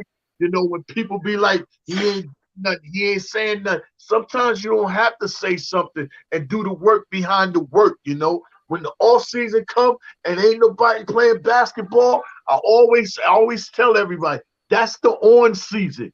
That's when you start dealing with that office work. That's when you start making these billions and billions of dollar corporation decisions, what to do, what not to do. It's hard to be behind that table and that computer and them phones and them meetings, making them choices and decisions, especially in front of a franchise big as the New York Knicks, especially in front of a fan base big as the New York Knicks. And this man right now, from those levels of steps, has hit on all numbers. So I'm prepared ready to let Leon make his next move, because his steps that he's been taking leading up to this point right here, right now, has been, you know what I'm saying, all the way thumbs up for me. You know what I'm saying? Thumbs up to Leon, thumbs up to the office personnel, Scott Perry, Allen Houston, everybody that's rocking, the whole, you know, the coaching staff, the Johnny Bryan, salute the Rick Brunson too. He's doing, communicating with the players, separating himself from being assistant coach at times, from being a father at times, to Tom Thibodeau, to all our big dog Julius right there, knowing I'm the man of the team, accepting Jalen Brunson to come in. I can move over and let you make the choices and decisions. Everybody playing for one another. Just how the Knicks come together. If you look down in the chats, you see how everybody come together. This is how the Knicks come together. And this is what's making a family for everybody, giving us a proper season to feel great, feel good about, something to talk about, something to have smile, and still critique when we see things, you know what I'm saying, that's going wrong, because that's what we do. That's why you can't fool the eye of the New York public eye. You know what I'm saying? We know what the game is. We know how how the game should be played. We know how we feel. We see what they don't see, and we relate to it. You know what I'm saying? They hears a whole lot, but you gotta love and appreciate this whole situation. 11 games above, come on, man. Last year we just had 37, you know, 37 wins. Where we at now? We're 17 games, 17 games. Come on, stop playing with the New York Knicks, man. Fan base, be happy, like D-Night said. Appreciate what's going on. Love the situation. Enjoy the moment. Live inside the moment. The garden is on fire. Before we win at home. Now we winning at home. Nas just left the building. The mic's still in the middle of the floor. We might drop it all over the place, man. Come on, stop playing with us. We're on a different one right now. Shout out to the whole entire Orange and Blue Network, all the podcasts, all the chats. Everybody, man, doing a great job all the way across the board, all across the world, everywhere. You deserve to be in the moment. Hey, BC, Boston, keep playing games. I know you overlooked the Nets last night. You was looking forward to us tomorrow. I'm going to give you something else to look forward to tomorrow right now. Knicks back, J-Boog. Knicks back. Knicks back, my bro. Knicks back.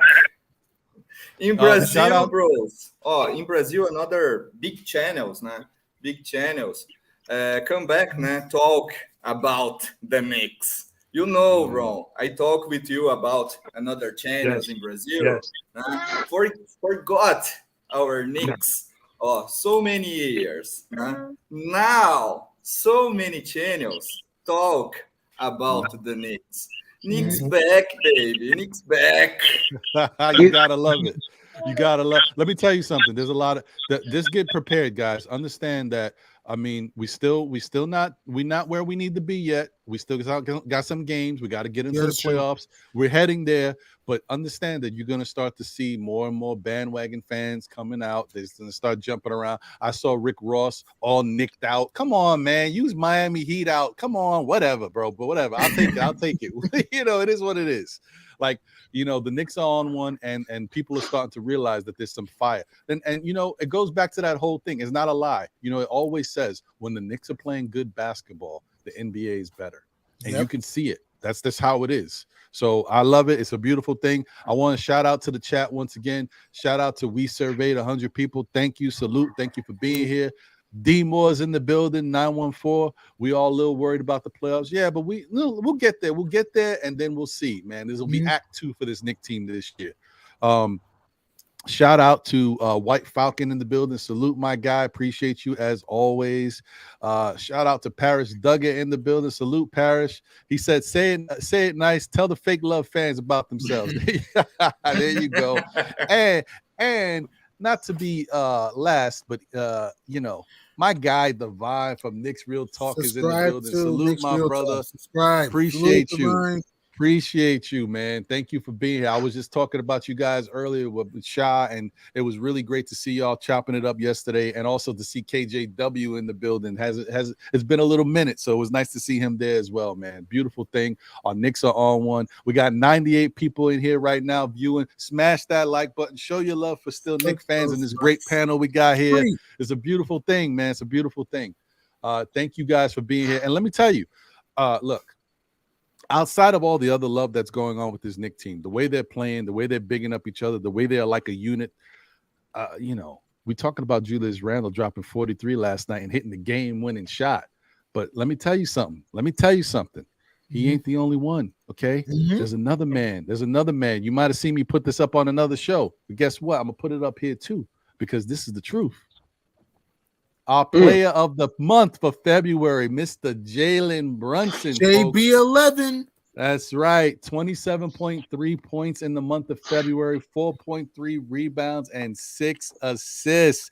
Mr. Jalen Brunson doing the damn thing for these New York Knicks. It's beautiful, man. It's beautiful.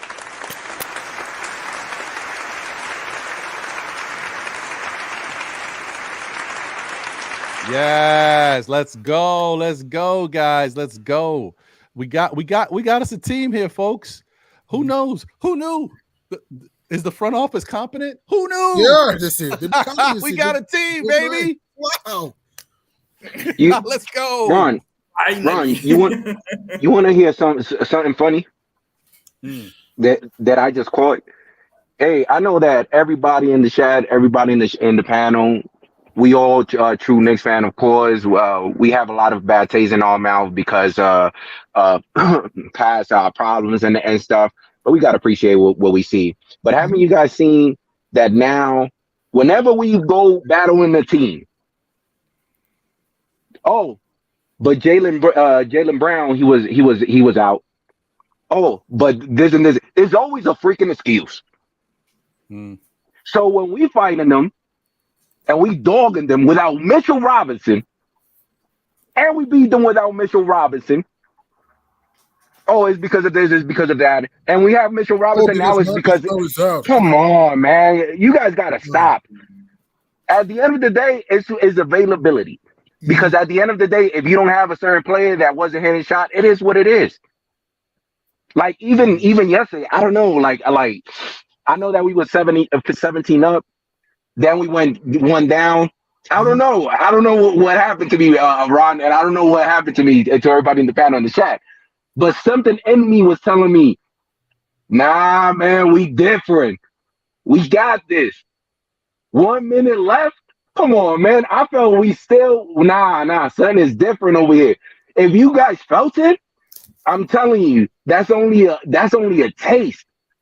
Of what this Knicks team could actually give us, but they gotta keep on seeing our support. Come on, you got Sacramento Kings, Sacramento Kings. I don't even know where's that at. If you show it to me in the map, and that fan base is at least supporting them. I'm gonna tell you, nice. I'm gonna let you go, but I'm gonna tell you, somebody's about to jump in that's gonna tell you exactly where Sacramento is. He gonna tell you. But go ahead, continue, my brother. People, excuse me. I have to go. I need to go. But hey, salute, brother. I love talking with you guys. I love it. Really, we appreciate you, Victor. Listen, guys, once again, as you know, if you haven't already, definitely support my guy Victor Hatchback and Knicks Fans Brazil. It's a great channel. He has incredible look. I mean, not for nothing. You know, there's obviously a little bit of a language barrier here. We don't all speak Brazilian. Sometimes he has shows that it's translated and he does in English, and then there's some shows that are all in Brazil. But it doesn't matter. That's how much we love and support this guy. I'll watch a whole hour of him and speaking Brazilian. I don't know what he's saying, but I love it. I don't care. But support him, man. Listen, and the other thing about Victor, if you guys haven't checked out Knicks Fans Brazil, this guy has some of the best guests you can find. He's got people on the show that we only hope to talk to. Like Victor, appreciate you, bro. Shout out. You're always doing it. Keep doing the great work, man. Great content. I'm so happy to see your daughter. She looks beautiful. She looks healthy. I know she was dealing with some sickness before, and look, she's looks so much better. Great, man. I'm happy for your family, bro. Man, thank you so much. Thanks so much. Jay Boogie, I talk with him so many times. Nice to meet you, J Money. Nice to meet you, Knicks Fans Brazil. Nice to meet you, man. Same, brother. Yeah, man. Great to see you, bro. Vic, you have it. Bro, go ahead. I will make a trip. I will make a trip from New York, and I want to see you guys, everybody in New York. I don't know. I don't know when.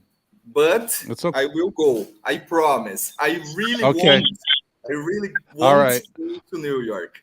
Listen, when you do, you let me know. And I don't go out too much now, especially with everything happening. But I will find a way to be around. Whenever you come to New York, I'll make my way over there to say hello to you, brother.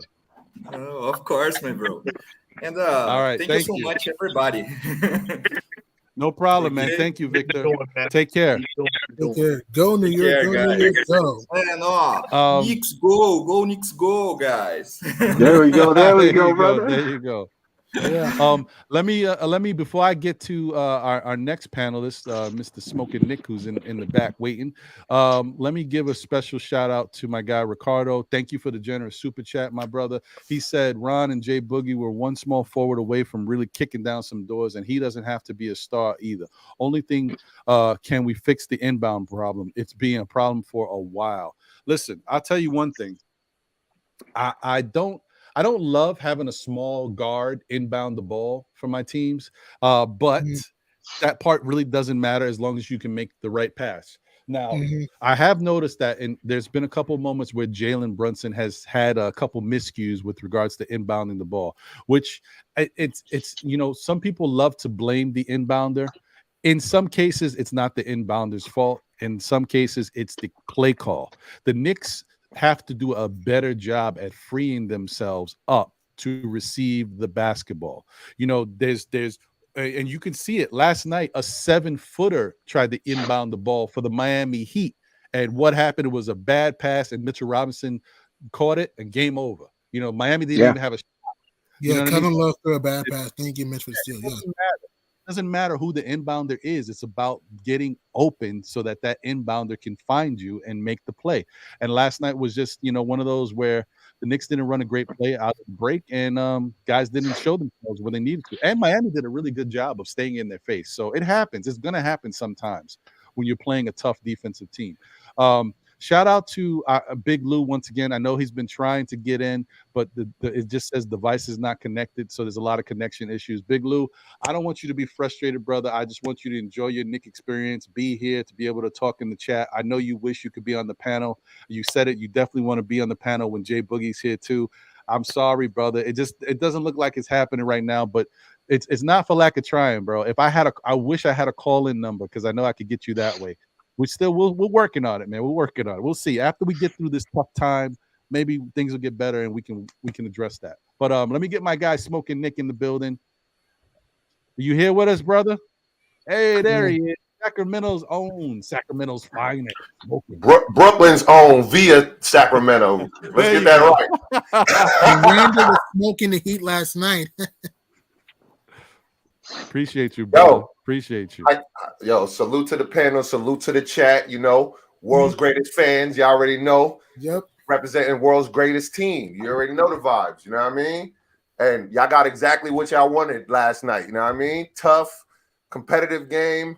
And one of our stars putting the exclamation point on that victory, man. You feel me? When he threw his hands up, that was for all y'all haters and detractors. When we're like this, that's for y'all. So y'all know, right? I ain't clutch. I just hit that shot in 3 dudes' face after he almost stole it twice. How clutch is that? I just forgot about that smoking. I forgot about your love for Julius. You must have been going crazy when you saw that video. Oh damn! I damn near broke something in the crib. I was. Yeah, man. Yeah, ice man, water in the veins. Ice water in the veins. Yeah, man, that was definitely. And look, I like the fact that he did it, and he did it in typical Julius fashion, stumbling and bumbling, making the shot, knocking down the coach. Almost knocking down a lady behind them. Like, that's Julius, man. That's beautiful. When you think he straight out of control, it just look money. Yeah. It's like a feedback. No, I was saying, when you think he out of control and not aware of what's going on, you got to remember, when he first ran down the ball and got to half court, if you go back and looked at, once he picked it up, the second thing he did was look up at the other clock. At the other clock, how much time, to find out how much time is on the shot clock. Knew exactly what was going on. You know what I'm saying? Hey, man. Hey, right now, man, Julius, man, he's playing a hell of 5 season, man. He deserves all the love, man. And when he telling you, give it to me, man, he deserves that right there, man. Everybody, man. Everybody. There's nothing you can say wrong or bad about what's happening with this squad, man. They're answering all prayers right now. So, you know what I'm saying? Everybody that wanted us to be conquer each challenge. Yeah, the challenges, man, are unbelievable. And I ain't talking about a dodge. I'm talking about these teams that we playing against. You know what I'm saying? We knocking some people heads off. And last night was the closest scenario to since we've been having big leads and we've been losing. We lost a lot of those games that we should have won. Last night, we haven't been in that position for a while. And when it came up, they found a way, and still in all, you know what I'm saying, to pull out a W, pull out another victory on somebody else's floor. In front of Pat Riley, he didn't like that at all. He probably went down in their locker room at halftime and fussed them out. That's why they came out like that. Man, we don't care nothing about, you know what I'm saying, your mafia talk, you know what I'm saying, your pretty suits and all that, man. We've been seeing pretty suits since Puff Daddy, man. You know what I mean? Yeah. We don't care nothing about that, man. Keep rocking, Knicks. Keep rocking. Do what you do, baby. Hey, yesterday was funny because if you go onto Twitter, Jay Boogie, or anybody on the chat panel, I'm pretty sure that you called it. But yesterday it was crazy. They started doing a voiceover. Coach Thibodeau, hey, what the F do you think? That's Julius Randle. Yeah, he told me he wanted to go to a Waffle House, so I'm gonna take him to a Waffle. Bro, it was funny. It was hilarious. Go catch that if you haven't seen it. But the most beautiful thing, man, I know that everybody has a song when everything is going right, and especially after that Julius Randle 3, man, I loved it. Hey, all props to Julius Randle, all props to Jalen Brunson, all props to Hart, IQ, everybody that's contributing. And if I didn't even call out your name, that doesn't mean that you're down. That just means that, hey, we deep. But yesterday, the only song that was in my mind was Biggie Small, The Notorious. Was the intro starts. Let me get that, bro. I would say I'll call my boy. Hey, let me get a Julius Randle a jersey. Let me also get a Brunson jersey. Because everything it just feels so right. This team is way better than all comparison back in the days, because if you compare it, I'm telling you, there's no comparison. This team is everything is natural. We deep, and everybody needs to understand that we looking good. Don't count us out. And if you do count us out, continue to count us out because maybe you giving us good luck. Keep Stephen A. Smith out of the Garden, please. And I'll leave it at that. Hey, guys, I love you guys. I'm going to still be hearing you guys while I work. But, hey, love everything what you guys doing. Salute to everybody in the panel. Salute to everybody in the chat. And have a great one, guys. Love you guys. Have a great good day. one. Appreciate you, Nice. Appreciate you, my brother. So, Smoking Nick, what did you think about last night's game and just the whole game itself and how they played? Yo, I thought quickly was flexing his muscles last night. He was wetting threes left and right, showing off, showing the guns, guns out, funds up. Stuff like that. You feel what I'm saying? JB injuring himself, coming back at the beginning of the fourth quarter, give us 8 tough points. You know what I mean? That just shows the grittiness that we've been talking about. And it's sustainable at this point because you see it every night. How you gonna go against what your eyes is telling you? Don't forget the numbers, forget Twitter. Just believe your eyes. What's your eyes saying to you? Do we look good or do we look trash? That's all I want to know. Like, so when I see I expect these performances, so I'm not shocked or bewildered in any kind of way. You feel me? It's not far-fetched to me at all because I see this coming.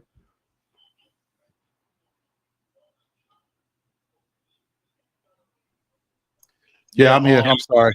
Okay, my fault, guys. Yeah, I'm trying to. I apologize. I got thanks to everything that's going on. I have an appointment set up that I'm trying to make sure that they come in to be with my wife. They're making a home visit, but they haven't showed up yet. So we're moving all parts. We're multitasking out here, folks. We're trying to do it.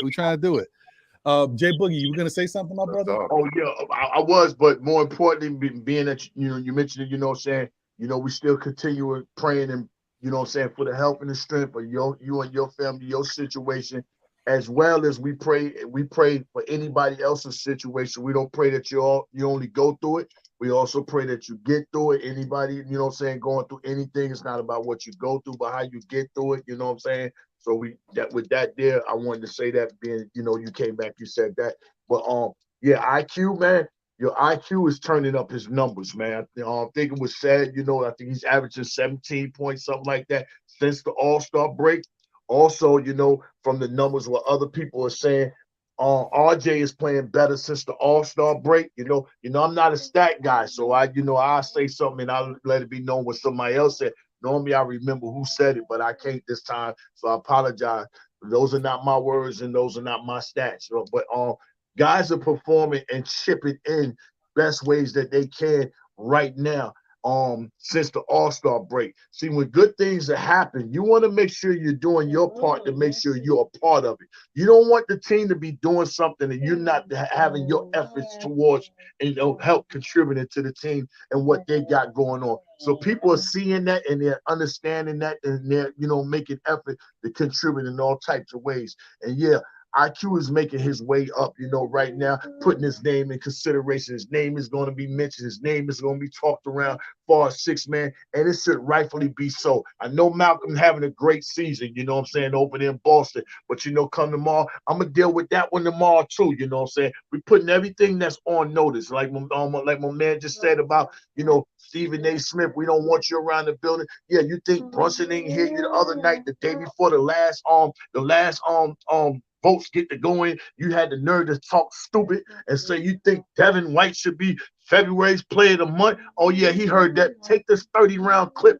at halftime, and that should be good enough. For the rest of the game, I'm gonna turn down a little bit, but I wanted to remind the doubters a little bit before the end for the end of the month come, and I ain't gotta do no more. He could have went on and put up major numbers. He could have put up an easy 50. You know what I'm saying? Maybe more than that, but he chose that's enough. I ain't gotta go all out. Now let me contribute and do other things on the court, you know what I'm saying? And that's what being a leader is, on the floor, man. So, yeah, we answering all doubters, and I look for IQ to have – he's looking forward to that. I think IQ really looking forward to that game because we hear the whispers.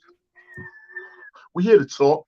But we also know who got the real conversations and who don't. And we answering everything that's going on right now, man. Yo, Ron, just real quick. Yes, sir. I usually don't normally do this, but I watched, let me turn my thing down a little bit. Sorry. I watched another the Miami Heat's podcast. One of think it's called Locked On Heat. Shout out to them, right? Mm-hmm. And the way they was speaking about the Knicks, you feel me? It was almost like they was in disbelief, but had to believe. You feel what I'm saying? Because he had made a statement like, I would never, in my wildest imagination, think that the Knicks would be better than the Miami Heat, but they clearly are. And when he said that, I was like, yeah. You just don't get to watch him every night like we do, right? So we know, we're going to have the doubters and the detractors. They in every fan base, in every part of the world, or aspects of life, I mean. So, but we just got to stay the course, keep doing what we're doing, relying on the people that we relying on. Because let's give shout out to RJ. RJ had a clean game last night, except for the missed threes. He was balling. He was driving the lane. He didn't get blocked a bunch. He was looking concise, making moves, moving the ball. It's not sticking. You know what I mean? I thought he had a good game as well. Yeah. He was our third leading scorer.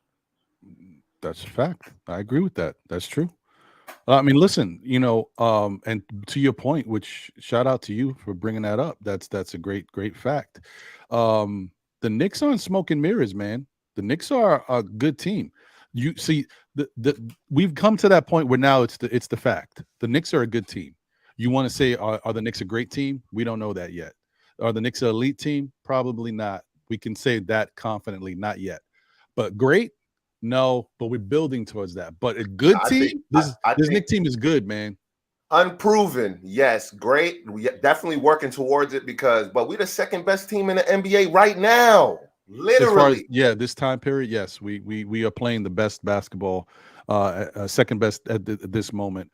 And the other thing is, we played Boston, beat them twice.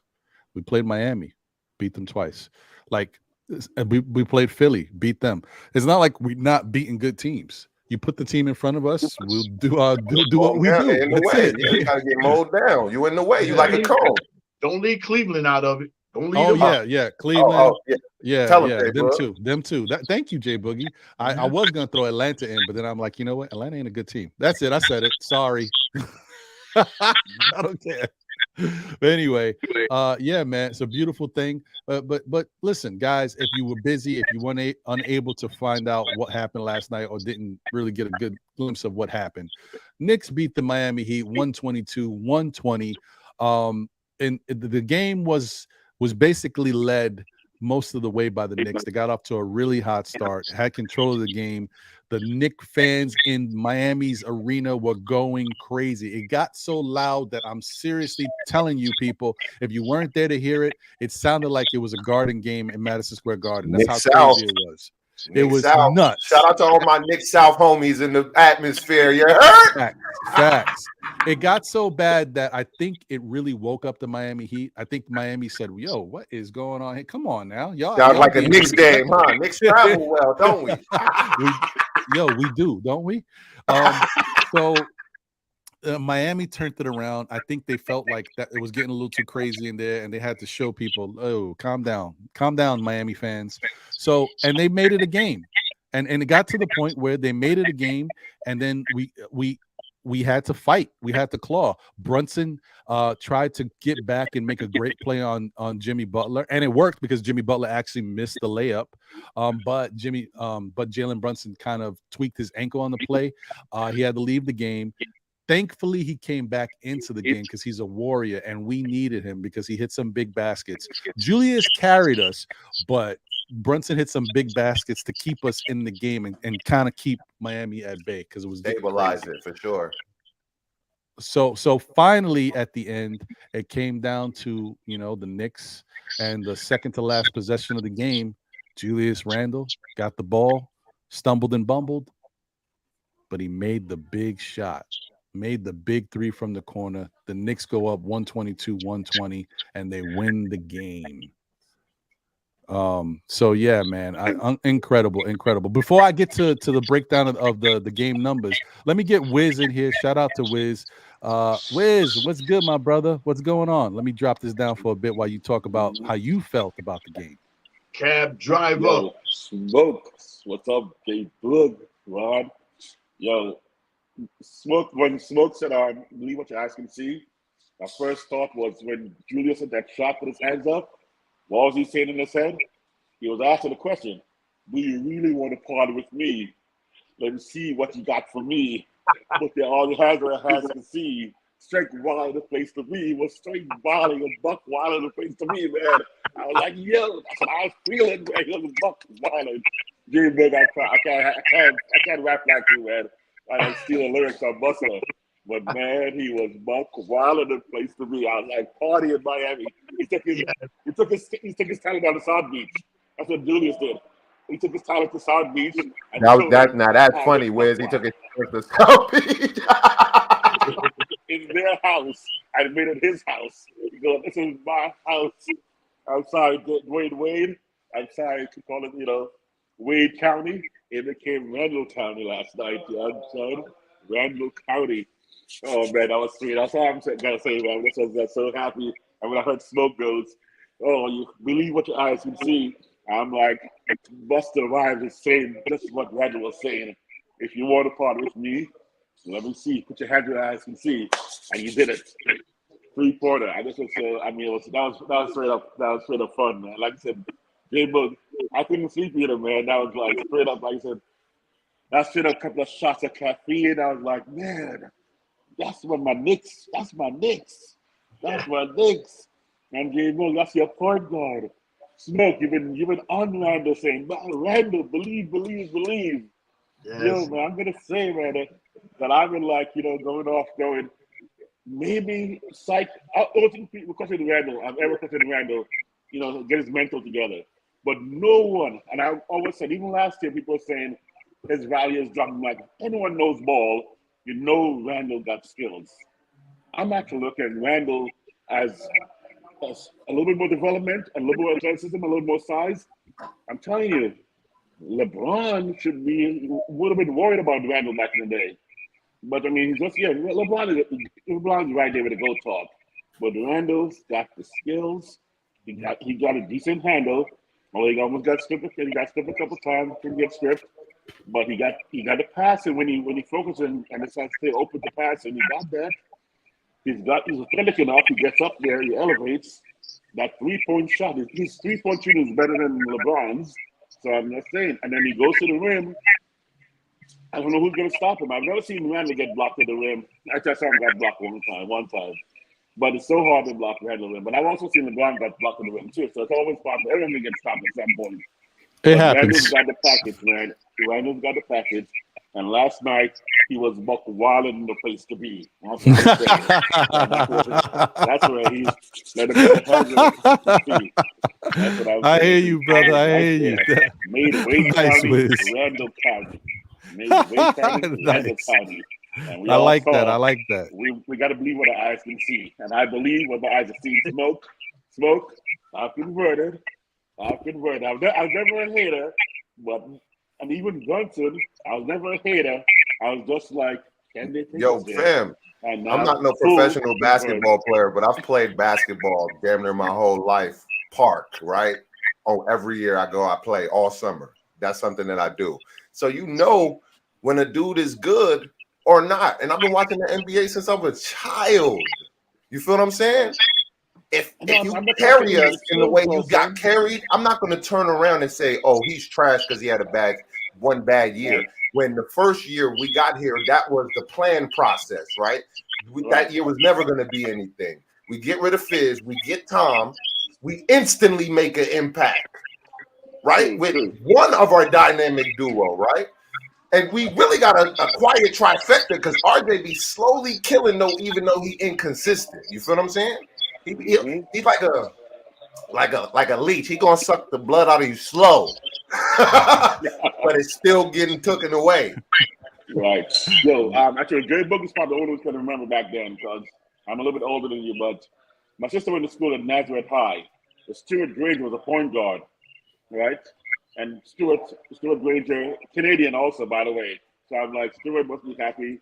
And he used to call up RJ and talk about him. They play some tough Brooklyn ball. But Nazareth won the state championship in like 1980. So you guys, high school, for you guys who Ron probably was born in 1980 because he's a young kid. But I'm just saying. Hey, 77, man. Don't cheat me. Well, you're a baby. You're a baby. I was going in high school, son. But I think 1980. I think 79 80. You know, he won it, and then he went to he went to either Providence or I think he went to Providence. But anyway, he had reason why I said Randle got all the skills because Stuart Granger played in the park with us. He went to West 4th Street, and we all played. And Stuart had the fundamentals. He was out arduous with all the basics, but he was a Brooklyn playing, with the basics, who played hard. So he set his game up right away. Played 2 years in the NBA, then went to Italy, right? Went to Europe. Stuart was not the best player on the park. He was not the best player in the neighborhood. We live in the same block. My sister's boyfriend, Anthony, the best baller I've seen, point guard, 5'10". He did every game he played. He did, a few gave him, block and stuff. He jumped center every time at 5'10". Okay? He jumped center against 7-footers. He won almost every tip. He went up. I'm just saying, Stewart could elevate a little bit too, but this center went up for a nice little, almost a half hook, and we had 2 guys in front of him, and they went up for the block. The ball went over their hands, almost top of the rim. Balls guaranteed about to go in. All we saw was 5'10" Anthony elevate, slap the ball away like it was nothing. He could have grabbed it. That's how bad this ball was. But because he didn't have all of it together, because he was still, has a little street. His dad was a cop, by the way. It's probably why he rebelled so much, because his dad was like a sergeant and top guy, maybe lieutenant or captain in the police department. So Anthony was a little wild, and he never got a chance to make the NBA. Well, he only did one year in college, and back then they won 4 years, right?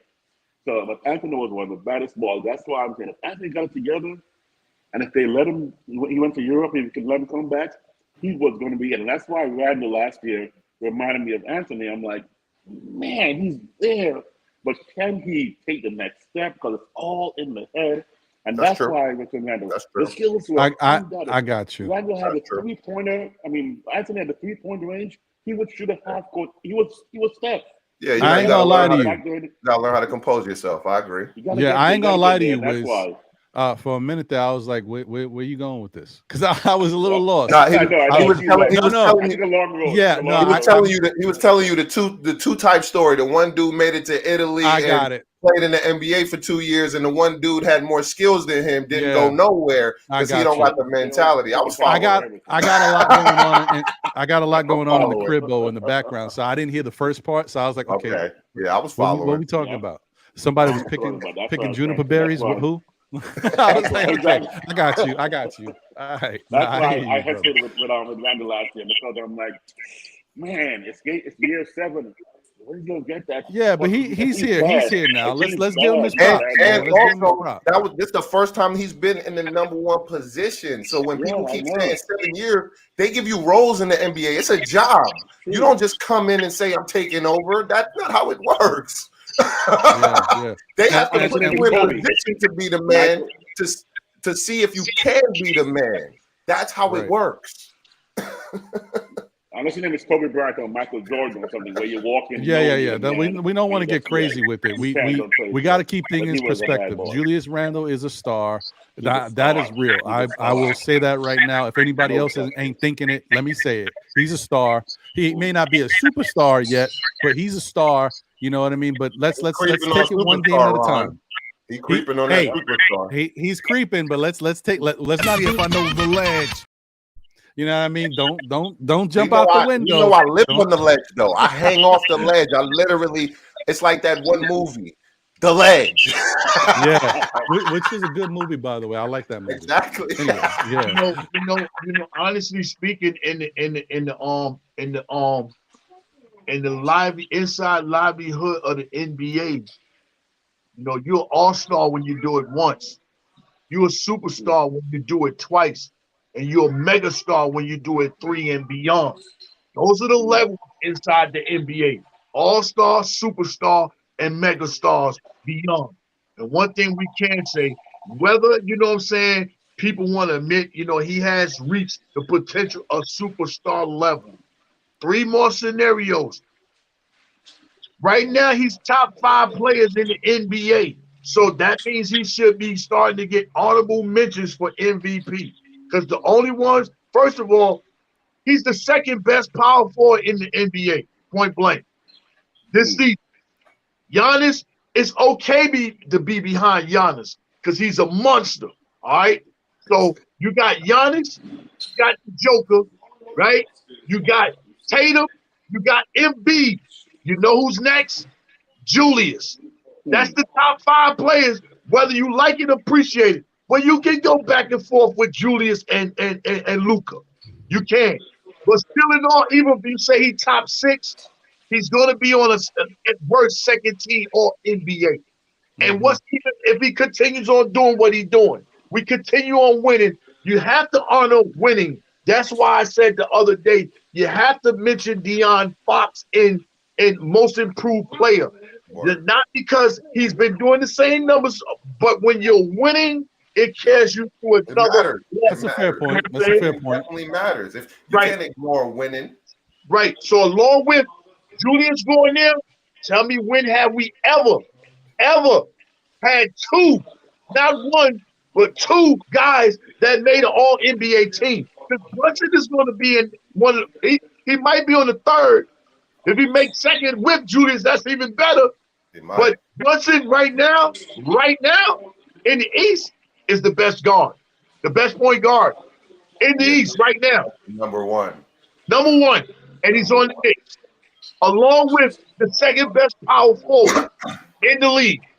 In the league, not in the East, in the league. Talk him. Oh, don't get me hyped. Talk to him. I mean, listen, they're not paying attention. I can't argue with you. I can't argue with you. I will say there might be one other guy ahead of Julius, although Julius is having a better individual year than this guy, but this guy has been playing really well all year, and his team is winning, and that's Ja Morant, because Memphis is winning. They've been doing their thing all year. So he might be ahead of him, but Julius is having a better individual year. Like, Ja hasn't been the greatest this year. When you think about what we've seen from him in the past, Ja's had some struggle games. He's had some moments. But Julius has been really good this year. So I don't know. That's really right there, but I agree with you. Julius is definitely, he might be top 5. You make a really good sound point. Morant. I can't take you away from Ja. But overall, last year, even though we had a losing season, Julius still did not have bad numbers last year. Right. But what crushed Julius is the situation amongst us. You know what I mean? That's what crushed Julius. And I hate to say it, this is the same thing that's going to hinder Ja Morant with his situation he got going on. So they're not even really get ready to consider. You can be nice in basketball, but hey, what's floating around behind him right now, they don't want no parts of that. And so you're only good as your last game. You're only known for the last thing you've done. But when you do something that, you know what I'm saying, to interfere with that, they're gonna remember the negative more than anything. You know what I'm saying? And look how long it took Julius to get back right here. And being right here, he only still got 60% of the fans back on his side. It's still another 40% of people that's, still not rocking with Julius, even though he's a 2-time All-Star. We winning games, you know what I'm saying? Also, we got the most 3-pointers in the first quarter. I never even knew that was a stat until they dropped that the other night. The most 3-pointers in the first quarter. That means when he come out there, he cooking. That means when he leave his crib, he's already in mind frame to ready to go. That means when he get to the locker room and tell you, yo, let's go, it's turned up, it's time to play. That means when he get on that layup line, that means he's amped up. The coach know he ain't got to worry about him. He already ready to go. When he getting that tip off and he turning up in the first quarter, that means I already was sweating before I got up out of here. So we doing something. So one thing leads to one thing, and this is what you want RJ to do. We know RJ is nice, but it's how you approach the game is going to how you perform the game. If you walk in there approaching the game like, yo, I'm getting ready to do any and everything it takes for us to win, no matter how it looks. I ain't got to have 20 points. Give me 7 points. Give me 8 rebounds. Give me 6 assists. Give me 2 steals. That's a great game, you know, from a third option. So, man, you got to love and appreciate where we at, you know, all the way around the board. If you don't like and appreciate what the Knicks is doing, then maybe, you know what I'm saying, you need to stop drinking and get sober. Because right now, these guys right here are on a mission and they're playing for themselves. They're playing for them family. They're playing for the organization. They're playing for the fans. You know what I'm saying? And hey, it is what it is, man. And they're having fun while they're doing it, Jay Boogie. Yeah, they're having fun, which is good. Which is good to see. Don't we like the outcome? Are you not entertained? Are you not entertained? 100%, brother. And let me just shout out the chat real quick. Shout out to Allah Wise. I see you, my brother. Good to see you. Craig is in the building. Salute, Craig. Snipes Entertainment is here. Salute. Dish Dash is in the building. No relation to Dame. Just Dish Dash. That's all it is. Okay, I got you. Will Salkin is in the building. Salute. Exo Sports Talk is here. JJP NYC is in the building. Yep, we beat Denver too. That's a good point. That's right. Thunny Got It is in the building. Corey Lee is here. Salute. Knicks 100 is here. Jean-Marc is in the building. Jigga Man Porto is in the building. What's up, Jigga? Let me not gloss over Jigga Man Porto and Knicks Morning Brew. Jigga Man, Phil, and Heck, man, doing the damn thing. These guys are growing and you know, now they got the Knicks Morning Brew channel all to their self. They still rocking with the DJ Sports Network, but they got their own channel now. So definitely salute to them. Support. Go check them on YouTube, man. What y'all doing? If y'all, as Heck would say, what are you doing if you're not checking out Knicks Morning Brew? Salute to them brothers, man. Appreciate them. Shout out to 100%, bro. Shout out to my guy Parrish Duggar. Thank you for the generous super chat. He said with RJ, less is more efficient, and we got 2 guys. Yes, we do. We got 2 of them things. That's right. I've been telling them. Yeah, and shout out to Paris once again for the generous super chat. He said JR and Jalen are capable of being the best in any game. Yeah, I agree. That's a fact. We got duos on this team, offensive duos that can transcend, like Jalen Brunson and Julius Randle. We got defensive duos, however you want to put it together. We even got a defensive trio, if you want to say Josh Hart, Manuel Quickly, Quentin Grimes. We giving you different things, and now we got Mitchell Robinson back in the fold. Yeah, man, this team is a problem. Did you see the Jimmy Butler conference? His face. If you go back and watch that conference from last night, his face. He was like, we didn't deserve to win that game, and they didn't deserve to win that game. So he was only out there truth telling. So shout out to Jimmy Butler for being out there telling the truth after a tough loss like that, man. Shout out to you. Yes. And once again, shout out to Mr. Parrish Duggar. Thank you for the generous super chat. He said Julius and Jalen will be top 15 in the NBA next year. I could see it. Like we got momentum now on our side. We got confidence. Let me tell you something. Outside of everything that's happening, the no quit attitude the Knicks are displaying, that never say die, the dog mentality that Josh Hart brings, it's the overall team confidence that they got now. Like they know that they're here. Like it's like, you know, when a team shows to you who they are and like they've arrived, and you know that no matter who they face, they feel confident that they can win. It's not about whether they win or not. It's about, do they feel like they can win? Because that translates on the basketball court. That shows you when guys step up and play defense with that extra little bit of let me get up I'm not letting you get that free shot. You know, I'm gonna contest that too. Oh, you just gonna shoot a little 3 at the buzzer just to throw it up? Oh, I'm gonna try to contest that too. Like, you seeing these guys are blocking jumpers. Like, come on, man, they're blocking jump shots. So Ron, it's definitely there. Yes, can sir. you highlight that Will Selkin comment, please? Yes. RJ, shout out to Will Salkin. He said RJ might be the best of those top 3 picks before long because Z can't stay healthy and Ja is losing control. RJ might be the best by default at the end of the day. You know what? Listen, the way things are going, Zion cannot stay healthy, and I do not know what's going on with Ja, and I want to They be need to pretty control their careful life. with what I They say. can't control their life. If RJ I got want listen. what Wiz just said, right? Not to cut you off, sorry about that.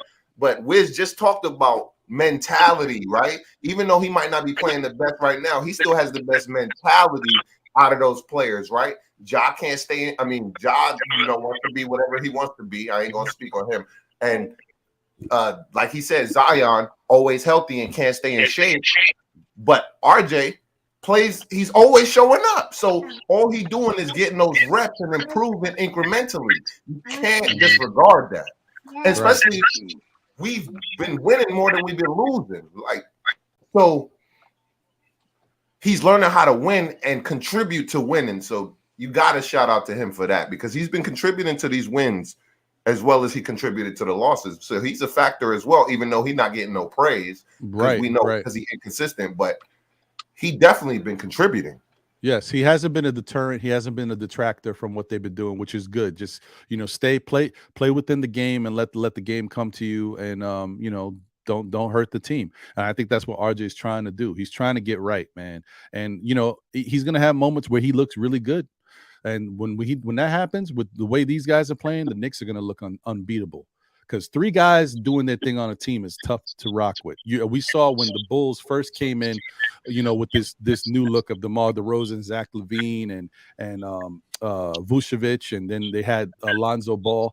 They look crazy. That was a tough team. That starting 5 was rough. So, but now that they've had injuries and other stuff, the team is just not the same. So, but when they all rocking, that's what I'm saying. If we can get a RJ on the right page, same thing from Jalen, same thing from Julius with this defense. Oh, watch out. Shout out to Craig. Yeah, man. I don't even know if I could talk about Ja Morant because the dude got the blicky. I ain't trying to be, you know what I mean? Yeah. I talked about it when I first came on a little bit. You might have missed it, Craig, but I just think, Ja he's a young guy. He's got the wrong people around him. He doesn't have enough people telling him how he should be carrying himself. And there's not enough people making it known that where he's going, even though it's not all bad right now. It looks a little funky, but you got to nip this in the bud before it gets crazy. Because not only is the league looking at you, fans are looking at you, and the testers are out there. That's what I want to call them. The testers are out there. The street people. The street people are looking at, you the dude in the NBA, right? You young, you got money, you in the club, you everywhere now. You got the blicky. We'll see. Maybe we pay you a visit one day. Like, you got to watch all that type of energy and that action. It gets tested. So I'm not hoping for any of that. I'm saying that just because that's a reality. That's something that these young people, not just players, young people today, it's too much flashy lifestyle. They out here doing this. They showing their location. They flashing the money. They just living life. They don't care about yesterday. They don't care about tomorrow. They all about today. You got to relax, man. You got to relax. And I don't even know. Ja was like, I'm just saying this. He was like, yeah, you got me acting crazy in here. I don't know what Ja's doing. Like, is he drinking? What's he got going on? Like, why? You see who you doing? Like, how you acting? Calm down, B. Calm down. The organization is set up to do something real major if they chose to. The organization is in a position where they can keep building through the draft, or they can go swing and get somebody else. Because even what Stephen A. Smith said about if we lose the Cleveland, that'll be a disaster. No, it wouldn't, because they got Donovan. You know what I'm saying? And they supposed to beat us. Because if you got that all-star over there along with them other all-stars and we're still trying to gel, you're supposed to. But guess what? We only one game behind them guys, and we don't have Donovan. So right now, the office is in a great position to do a lot of things. They can go either way, either direction, because it's proven right now, even without without an all-star, a mega all-star, on our team, we're right here in the mix of the whole NBA. not just the East, the entire NBA. Right now, as of last night, because Sacramento was having a great story, but as of last night, the Knicks are the best story going on in the NBA on this Saturday, the 4th of 2023 March. It is the Knicks. And that's why I mentioned about Leon Rose, early, giving him his props, because now you can say that, in the office, you got somebody that's making right decisions. If you're an outside ball player wanting to know what the Knicks is looking like, I can say the office look like they're making some right good moves, you know what I'm saying?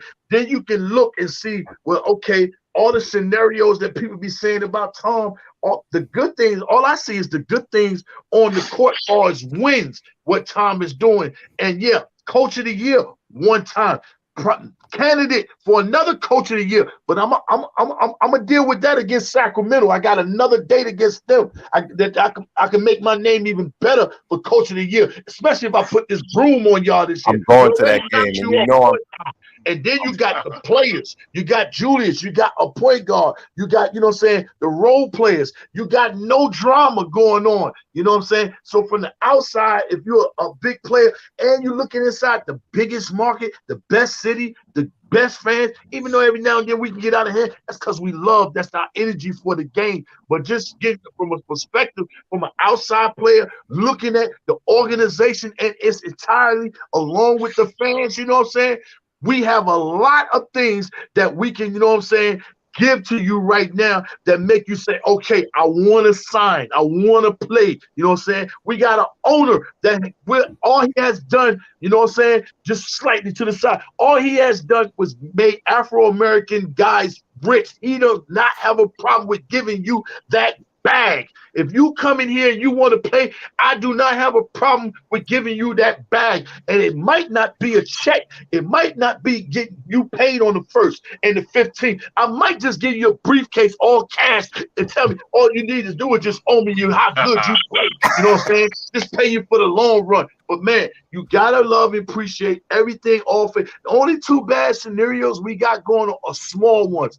And one of them is a lot of people say, if RJ can do this, we can be that.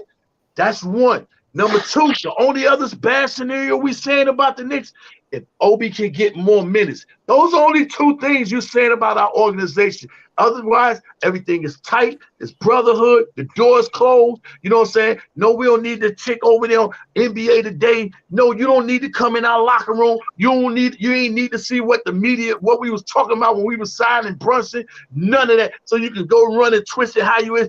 Twist how we win in these games right now. Twist how we one of the top teams in the league right now. Twist how we got an all-star and should have had another all-star on the team. Twist all that, you know what I'm saying? Say something about that, you know what I mean? Don't just be putting this in, here and there. Make us top of the arm when the show come on. Don't put us in the middle of the pack. We ain't in the middle of the pack. We at the top of the league, inside top 8 right now. Top 8 of 8. How about that, man?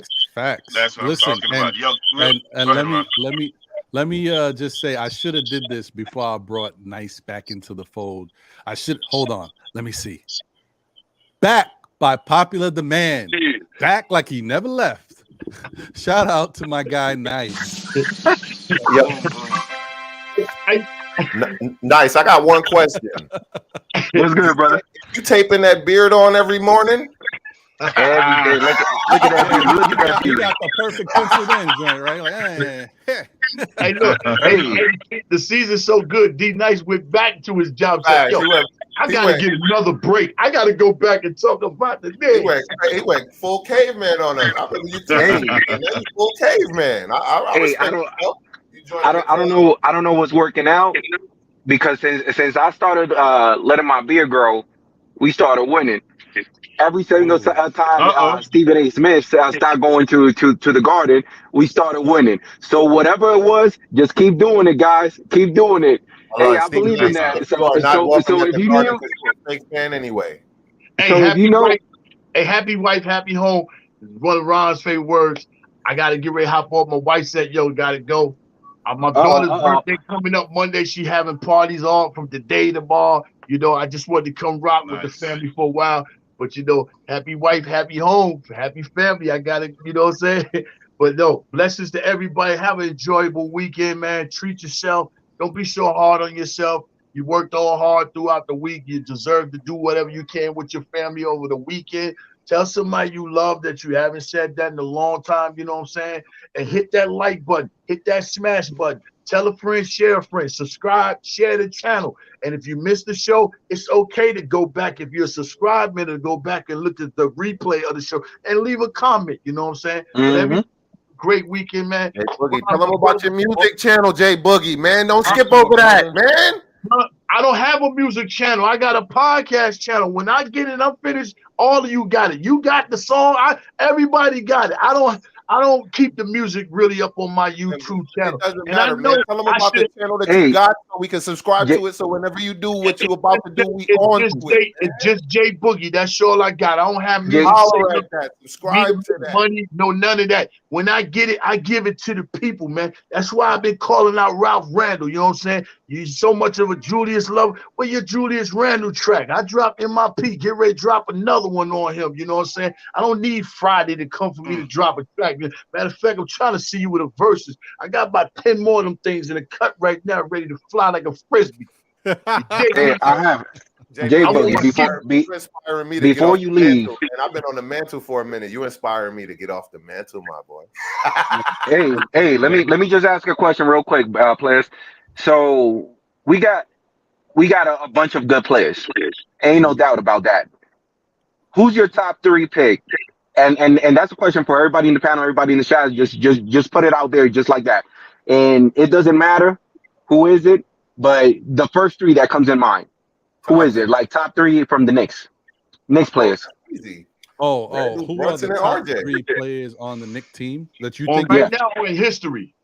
No, right now. Whoever is playing right now for the New York Knicks. Oh, Jalen Brunson, Julius Randle, and Emmanuel Quickly. I'm out of here, y'all. Bam. Love it. Ditto. That's exactly. I think it's Randall. Exactly what came to mind. RJ, bro. I ain't gonna lie. I like Quickly. What about you, Ron? Top 3 players on this Knicks team. Don't mind me. I'm a content creator. I got you. I'm gonna say Evan Fournier. Trevor Keels. Man, hey, Ron, I started looking at those lips. Wait. I started looking at those lips. Am I wrong to say that you was about to say Elfrid Payton? I was like, no. Okay, all right. Oh, man. No, but seriously, it's Julius Randle, it's Jalen Brunson, and I am not gonna lie to you. If we were talking about right now, I would be Emmanuel Quickly. Yeah, Quickly is just he deserves it, man. He's playing so great for this Knicks team, so underrated. What he brings to this team has been phenomenal, man. It's like it gives you it. You guys got to understand the addition of Josh Hart is incredible. The emergence of Quentin Grimes has been fantastic. But the silent plus that this team has got that has answered so many questions and took things off the board is how good Emmanuel Quickly has been playing. It's overlooked. Ron, you just dropped the mic because it's literally that's the thing. And I love to watch games, but I'm telling you right now, we have something special with Emmanuel Quickly. This is not even the beginning. If you like what you see, I'm telling you right now, because since the beginning, I'm pretty sure, Ron, you heard me. Wiz, I'm definitely sure you heard me, and I know that Smoking Knicks, I know definitely he heard me, and a lot of people from the chat. But I told you guys since we got Quickly, there's something special about this kid. No, you did. Yeah. Go ahead. I forgot about that. I was thinking the other day, and I shouted somebody out. There was 3 people that have been bigging up Quickly all year, and from the beginning. One was Jay Ellis. Nice, you just reminded me. You were the other one that I was thinking of. And there's another person. You 3 people have been in Quickly's corner from the beginning. So shout out to you. Mm-hmm. Not to be honest, I used to have 5-hour lives, 6-hour lives when I was uncouth with it. And night. Yeah, you already know me. But And Nice was always there, and so he in a lot of my early live streams, 5-6 hours, and he was always bigging up quickly, you know. But I give him this: he was critical of him when he was down, and you know what I mean. Not ready to get rid of him, but he was like, "Nah, quickly got so much potential, and this, that, and the third, and he's a player that need more minutes, and we should focus on." And this is what Tom Thibodeau said.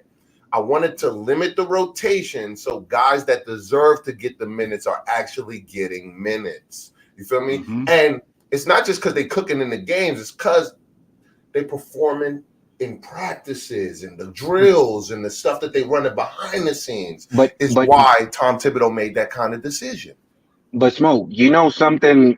One of the main reasons I really like Quickly enough, like for him representing the Knicks, is that a lot of people keep on saying it between players that plays for the team.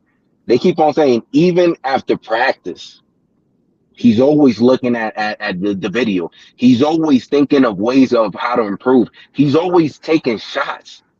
That's not normal. I'm telling you, once he breaks, like even yesterday, we saw a shot that Julius Randle passed it to him, and he was falling while he's in the air. He's falling, and he knocked down that shot. That's only a glimpse of what you're gonna see with Quickly. But honorable mention, I saw it on the chat. I'm not gonna take it away. Honorable mention on 2 players, because you can't take nothing away from Mitchell Robinson. Mitchell Robinson, that's an honorable mention. That's not saying that you're not top 3. You there. Even though you're not those 3, but you there, like your effort, everything that you put in on the floor, we can't take nothing away from it. But Mitchell Robinson and Hart, Josh Hart, and let's also put what's his name? I Heart. Yeah, that cat is trying, man. That cat is trying. Like I love what everybody is doing, but those 3 and Mitchell Robinson. I'm telling you right now, Ron. Like, this is something special, and this is the last thing I say. There was a dunk. I think it was between Jimmy Butler or Hero. Somebody was about to dunk. And even though Mitchell Robinson blocked them and fouled them, I'm telling you right now, that would have been the moment that it could have turned around. I know we in your house, Miami, but you ain't gonna be dunking on the Blockness Monster. They call me the Blockness Monster for a reason. Not today. Listen, if that dunk would have went down that day, it would have got crazy. That could have turned it around. Yep, you ain't lying. Actually, Mark, I was gonna say, Ron, when you said the top 3, if they should be worried about RJ starts to burn, I'm actually more. If I was another team, I'd be more worried that the second string team has starters on the second string team. Our second string have starters. I mean, when you talk about Josh, IQ, and even iHeart is a potential starter on other teams. So our depth is what really scares us on the level of excellence on our depth. Not that we're deep with solid players, we're deep with excellent players. And that's even more scary because you stop the first team, let's say slow them down a little bit, even if audience aren't functioning, don't sit your stars down. Because you sit your stars down, or if you don't sit them down, if they stay tired, and we bring our second team in, the next team comes in almost as hard, even harder sometimes than the first squad, because they're playing harder, faster with skills. So that's a scary thing for anybody playing them, where you can't take a moment's break, you can't take a breath, being like, okay, here comes the second string. Okay, we can take a little breath. Let's make a run now. That's when the run actually may happen on you, because you started saying you can take a breath, and once you turn your back a little bit, man, Josh Hart is driving, rebound to rim, nonstop, full speed. Even RJ is looking like he's picking up that little thing too. RJ got a rebound, went all the way down with a drive, and Josh Hart is one of those. IQ did it also, and he didn't expect it, but he was driving. I'm like, he got a rebound. He's going down the middle, and he's like looking to pass, and the middle opens up. And Josh Hart has been the one I think that I really saw magnify that as a move to make coming down, because they're always looking for you to dish the ball off. And he just go, I'm going straight to the rim. I simply turn it back a little bit. I twist him around. Boom.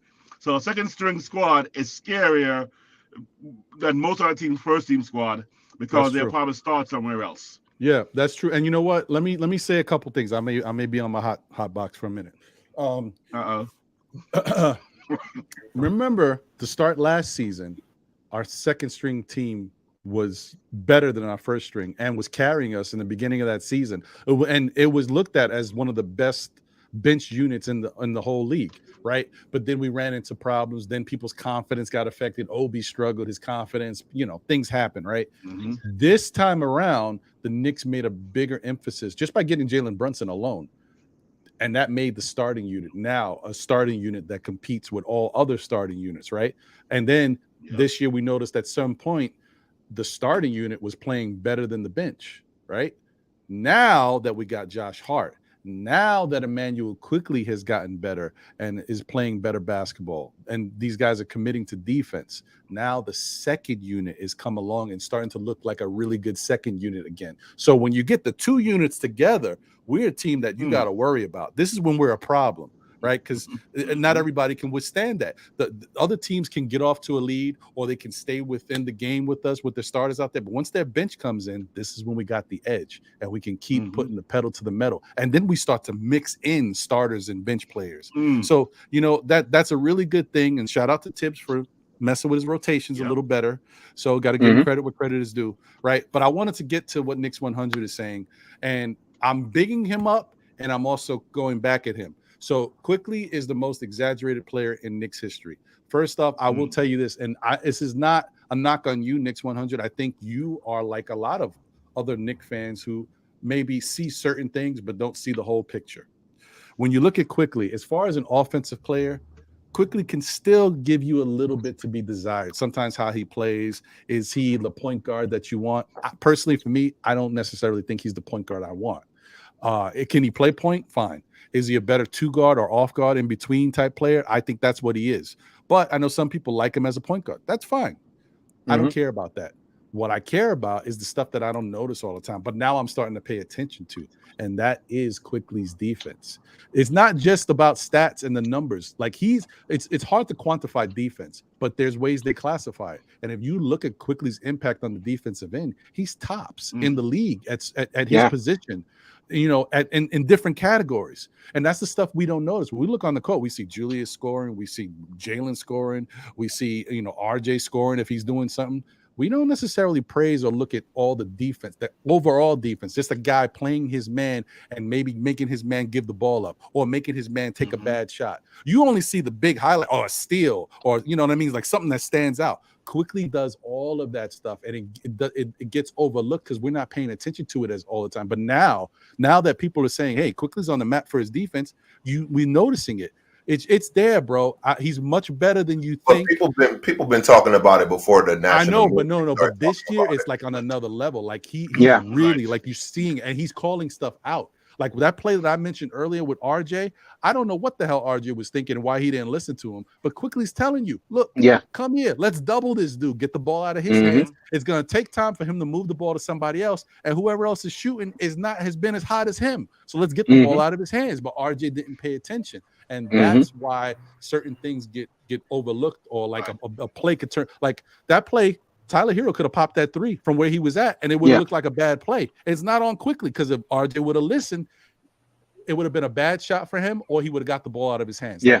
You got to pay attention to that stuff. That's all I'm saying. Butler yesterday's the last 5 seconds of the game, Butler showed what Quickly does.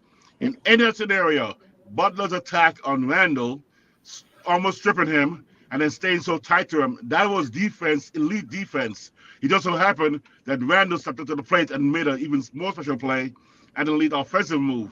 But any other scenario, almost any other time, Butler's hands, tapping the ball away, sticking to Randle like that, maybe he fouled him. But what Butler was doing is what Quickly does all the time, and players get frustrated, and they either miss that shot or they pass the ball away.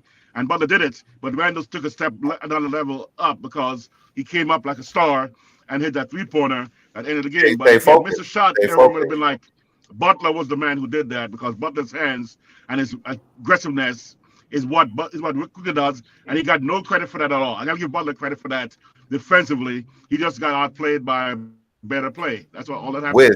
If you watch that play, right, he taps the ball twice, right? Randle grabs it, dribbles to his spot. He loved the corner, right? takes a mini step back, jumps super high in the air, and then his body was straight. When you watch the shot, his body was straight up, shoulders square. He was focused. He was focused. He was focused. Damn. Hey, so damn. It looked like it was good from the moment it left his hand. It did. Oh yeah. And I just want to say before I get to nice, and if you see the picture of it, I mean, somebody, I don't know, man. How do they do this stuff? How do be on it? If you see the picture, you see Tyler Hero looking up at him. Yeah, running like, and they got Pat Riley in the corner looking at it. I was like, man. You gotta tell me that on Twitter, Ron. You gotta I'll send it to you. Ron, take it even a step further.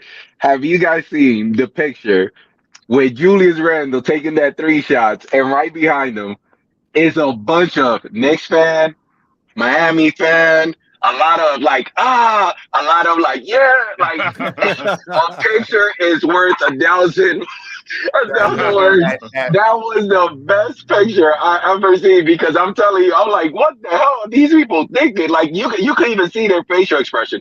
But I'm gonna say this, like, Emmanuel Quickly, this is year 3. Yeah. A lot of people keep on saying about certain players that we have, oh, but this is only his 4th year. Yeah, but you can't discount. This is Emmanuel Quickly 3rd year, and this is what he's given. And another reason that I came in is because somebody said that somebody else had more. That was a 3rd leading scorer. No. Let's correct that real quick. The 3rd leading scorer was Emmanuel Quickly. Go to the stats and look it up.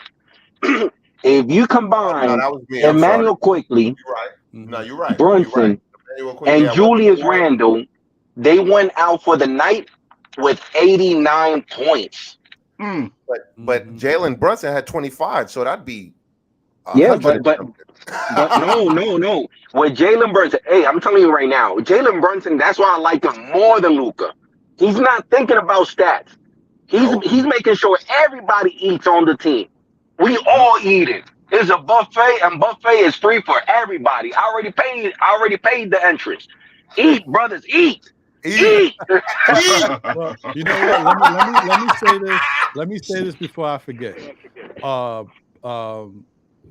Because there was I said this was the negative part of it, but I also wanted to big up what Knicks 100 was saying. But before I get to that, I gotta address this. So he said he be checking. We're talking about IQ, be checking guys like Seth Curry.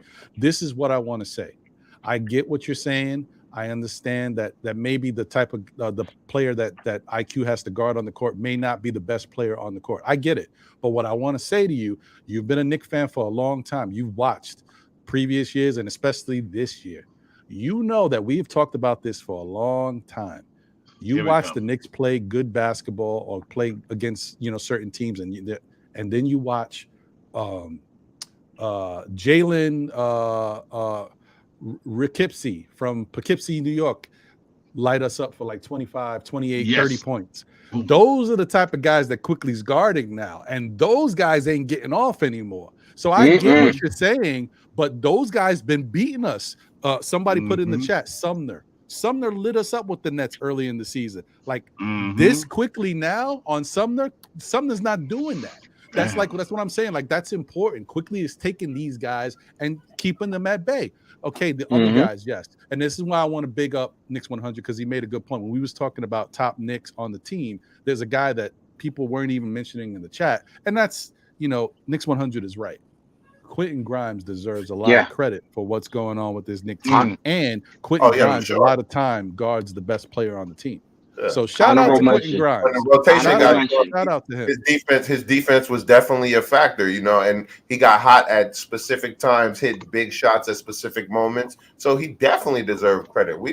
I know we do be having revisionist history where we live in the moment and we don't just always give the whole view. But Grimes still starts. Exactly. So Thibodeau knows the impact of Grimes and what he's been doing and contributing. So to pretend, because we ain't talking about him today. Matter of fact, when he had his big game, the similar game to what Quickly had last night, we gave him his praise. So I think the praise comes and goes. game by game. You know what I mean? That's just how it is. That's how it should be. Yeah, that's gonna be scary. But if Grimes starts hitting at 40% 3-point range, oh baby, oh, this is gonna be scary. And shout out to Boulevard 73. Thank you, my brother. Ooh. Appreciate you. Muted, Ron. Oh, I had just grabbed. It's mad sensitive, bro. Mad sensitive. My fault, guys. You know you can't touch that mic. You know you can't touch that mic. Crazy sensitive. What was I gonna say? Craig, thank you. Yeah, I mean, breaking news: Ja Morant suspended. So I know somebody said in the chat that you're late. I honestly didn't know, so you early to me. Is he? Thank you, my brother. Yeah, because he pulled out the blicky. So this is what happens, man. You can't be doing that stuff. You represent the NBA. Like that's been reported. On the last, that's what we call. Hold on, we'll say allegedly he pulled out the blicky. Oh no, it's on video. You see it? It's on video. Yeah. Yeah, you see it. We all saw it. Yep. I'm late. He really pulled out. You gotta get back on your Twitter game, B. I'm going to do it right now. My bad. So in the last 4 years, we landed two special guys on draft night. And the most craziest thing that neither one of those two that I'm going to mention is top 10. Not the top 10 that like between those top 10 that we drafted. One is Emmanuel Quickly, and the other one is Quentin Grimes. This is Quentin Grimes' second year. And shout out to whoever mentioned Quentin Grimes, because man, I forgot. Hey, we stack. At the end of the day, don't judge me. Like we have a lot of great players, and sometimes I miss one or another. But Quentin Grimes, honorable mention, because you can't take away nothing what he's doing. And I even mentioned it myself, like when they were saying, "Oh, but Quentin Grimes' shot is not going in." Listen, what Quentin Grimes is doing defense. We don't need to worry about his shots because eventually it's going to fall in. It's going to go in. Look what he did in the All-Star on rookie. Man, he was hitting butter all night. Yeah. So I'll leave it at that. Hey, I'll just like I said, I'm still listening to you guys while I'm working. But salute, love you guys, and keep rocking, guys. Appreciate you, my brother. Thank you. I'm bouncing to the wifey. The wifey wants. Oh no, you good? I'm about to head out myself. I'm gonna go over a couple things from the game, and then I'm gonna get into my little preview for the next game, and I'm out of here tomorrow. But thank you, Wiz. Appreciate you, brother. Man, I just want to give my tomorrow's prediction real quick, because Boston, they're gonna come out mad, focus, and I want them to come out with their best. I want them to bring their best because I want to see what we got against them with their best. But don't let Grimes or RJ find their game, because with Randle, Brunson, Quickly, Josh, Mitch playing the way they're playing, we're bad boys. And like I said, man, if you really want to party with me, we're gonna show you. Let's show you what our hands can see. Let me see what your hands can see. All I want to do is let me see what they got, because tomorrow with their best coming out, angry, focused, getting crushed by the Nets on a comeback like that, 28 points down, the Nets coming to beat you, whoop you. Man, they're going to be like, anyone from New York we want to take out, bring it, because tomorrow I want to see us take it to them and show them who we are. Show them who we are. Yo, Smoke, I agree with you, bro. I'll jump on later with you. We're going to be cursing and stuff on your pod sometimes, let it loose. We got to be family friendly. It's still a family show. Don't get it twisted. It's still a family show. I know, but once in a while we slip. Smoke love the kids. We slip. But it's good, though. Y'all good, man. Bringing the smoke, because we know there's fire where there's smoke, there's fire.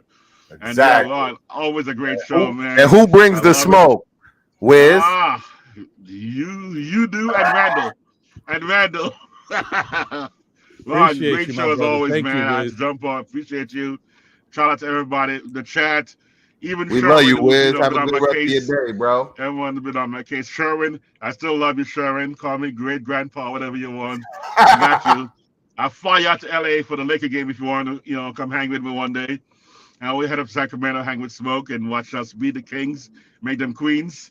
You know, Hey, we play on the 9th, and I'm going to that game, and I'm documenting when we make of fly course up there, I'm going man. to that game. It's the Yes, one you got game I to. get to go to a year. I'm going to that game. Yeah, you got and to. You got to. And I'm about to make a Then bunch of Sacramento Kings fans very uncomfortable. That's what I'm about to do. Then 2 days later, we got back-to-back, Crypto.com Arena, Clippers, Lakers right here. So I mean, I have to pop Sacramento, pop back down. Lakers is smoked. Exactly. Well, let me get to this stuff real quick. So, Wiz, thank you as always, my brother. I appreciate you. Thank you for your time. It's always been great having you, my brother. No, look at that. Look at that. All love. You got to show love. Paris Duggar, thank you for the generous super chat. He said we got to get Julius that mayhem insurance commercial facts. He need because he's causing mayhem around the league. I like that. Also, there was another one you had here. I think I scrolled past it. Yes.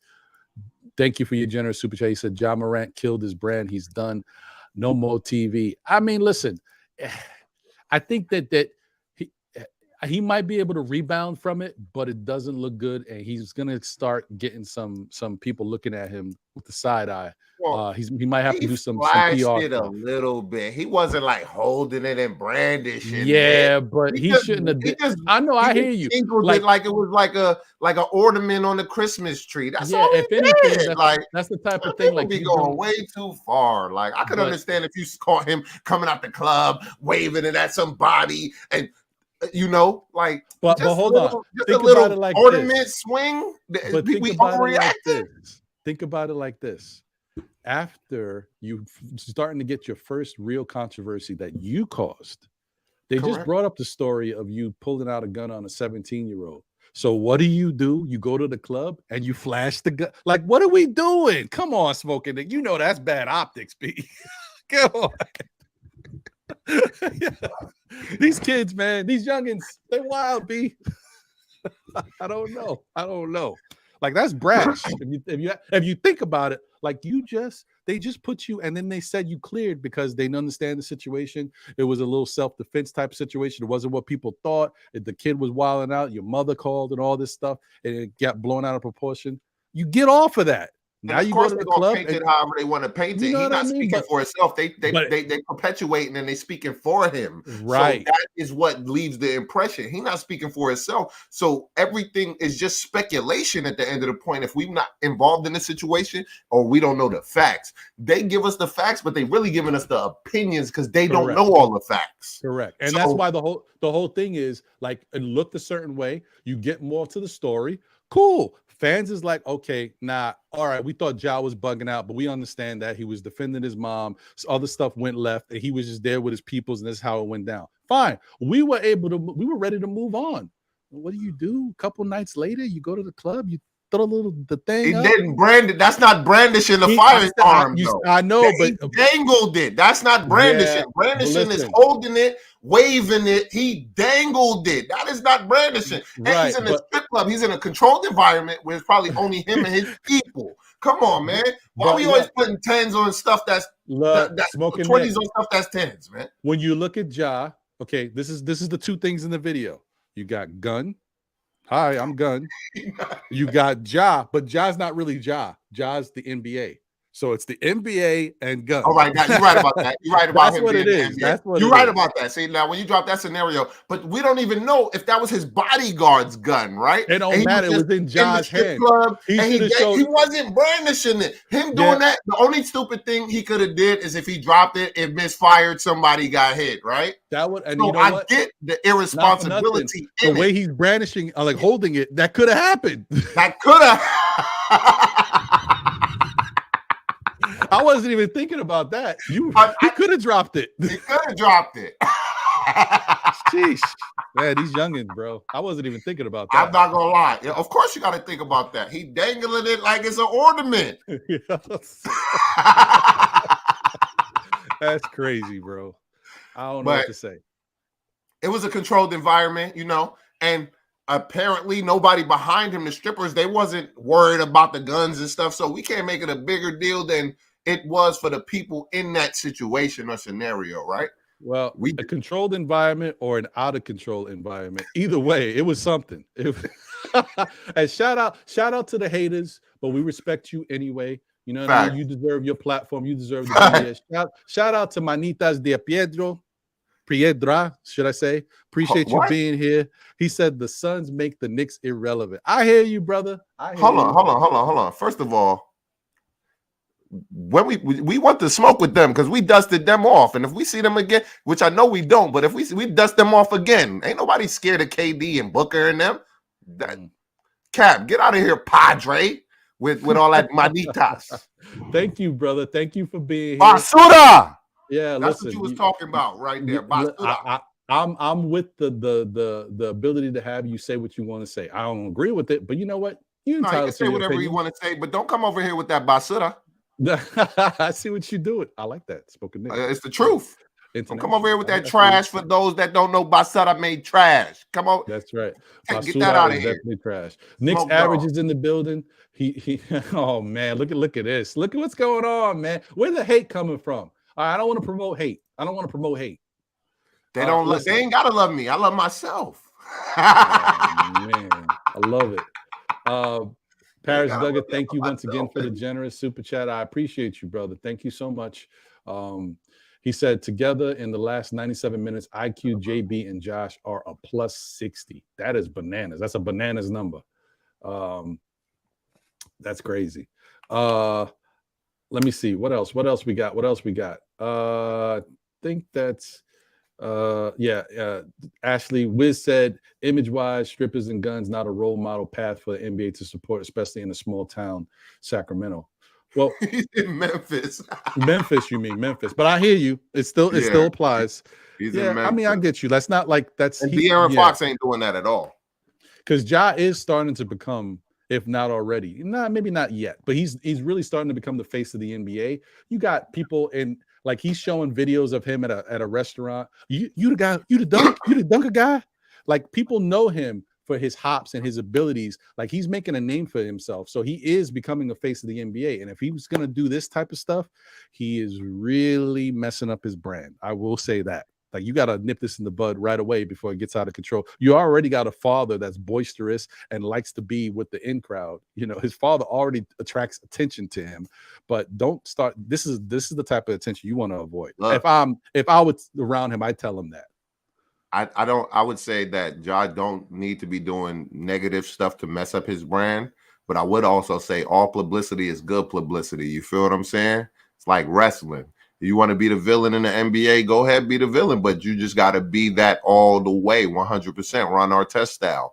You feel me? Or you feel what I'm saying? So that's all I'm saying. You got to choose a side, and obviously he choosing his side. So, you know, as long as he don't make no mistakes to mess up his career, then, you know, doing what people do on their free time, regardless of what role they in or what you think they should be doing, that ain't your business. To be honest, like.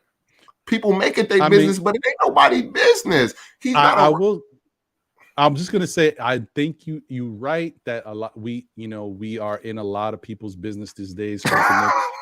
but you know what? This is the social media days. This is the platform, and everybody puts their business out there. The problem is, as I've said before, I don't care what you do. You want to go out, you want to smoke and do all that stuff. That's your thing. But if you are a part of a billions-dollar brand and they're giving you money and they're promoting you and making you the face of a franchise, you need to get your act together and understand. Well, so he needs to hide it better, Ron. That's because to pretend that he's the only player that been doing these particular type of things is like there's probably thousands of players in it. Well, in the history of the NBA, we already know what the 70s and 80s was like. They was on coke and stuff like that. So, well, let me tell you this. Let me explain this to you. Let me give you a different little situation. And guys, smash that like button, man. Hit the like. You're getting good content over here. We had 86 likes. Maybe we can get to 100 if we can. Appreciate y'all. Listen, everything that, and I don't want to get back into this because I don't care. I moved on.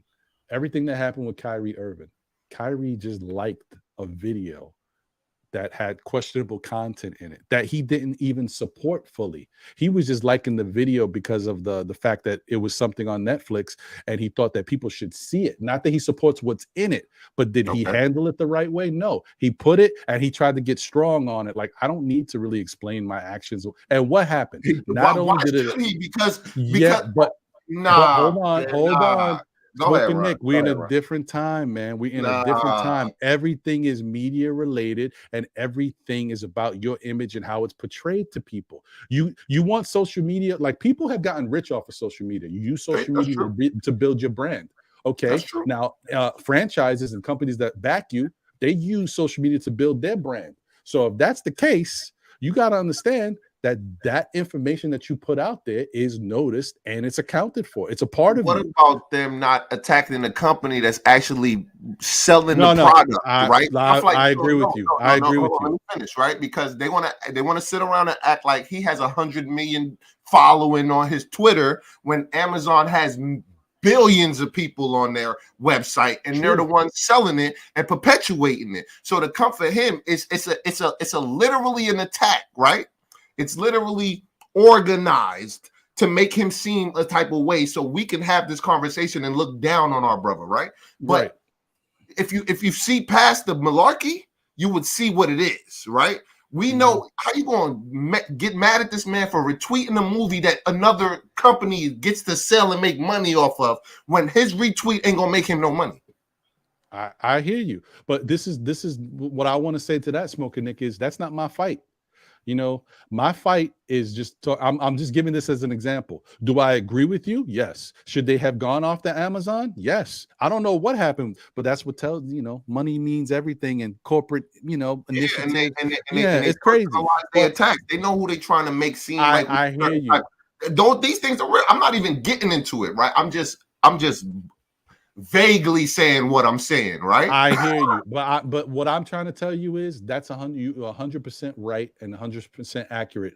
That's something that should have been attacked. Attack the makers of the video. Attack the people who are put it on their platform to show it to everybody. I agree with you. All I'm saying to you is Kyrie Irving is supposed to be one of our, you know, this day and age is, you know, critical, smart thinkers. He looks at things differently. He does research.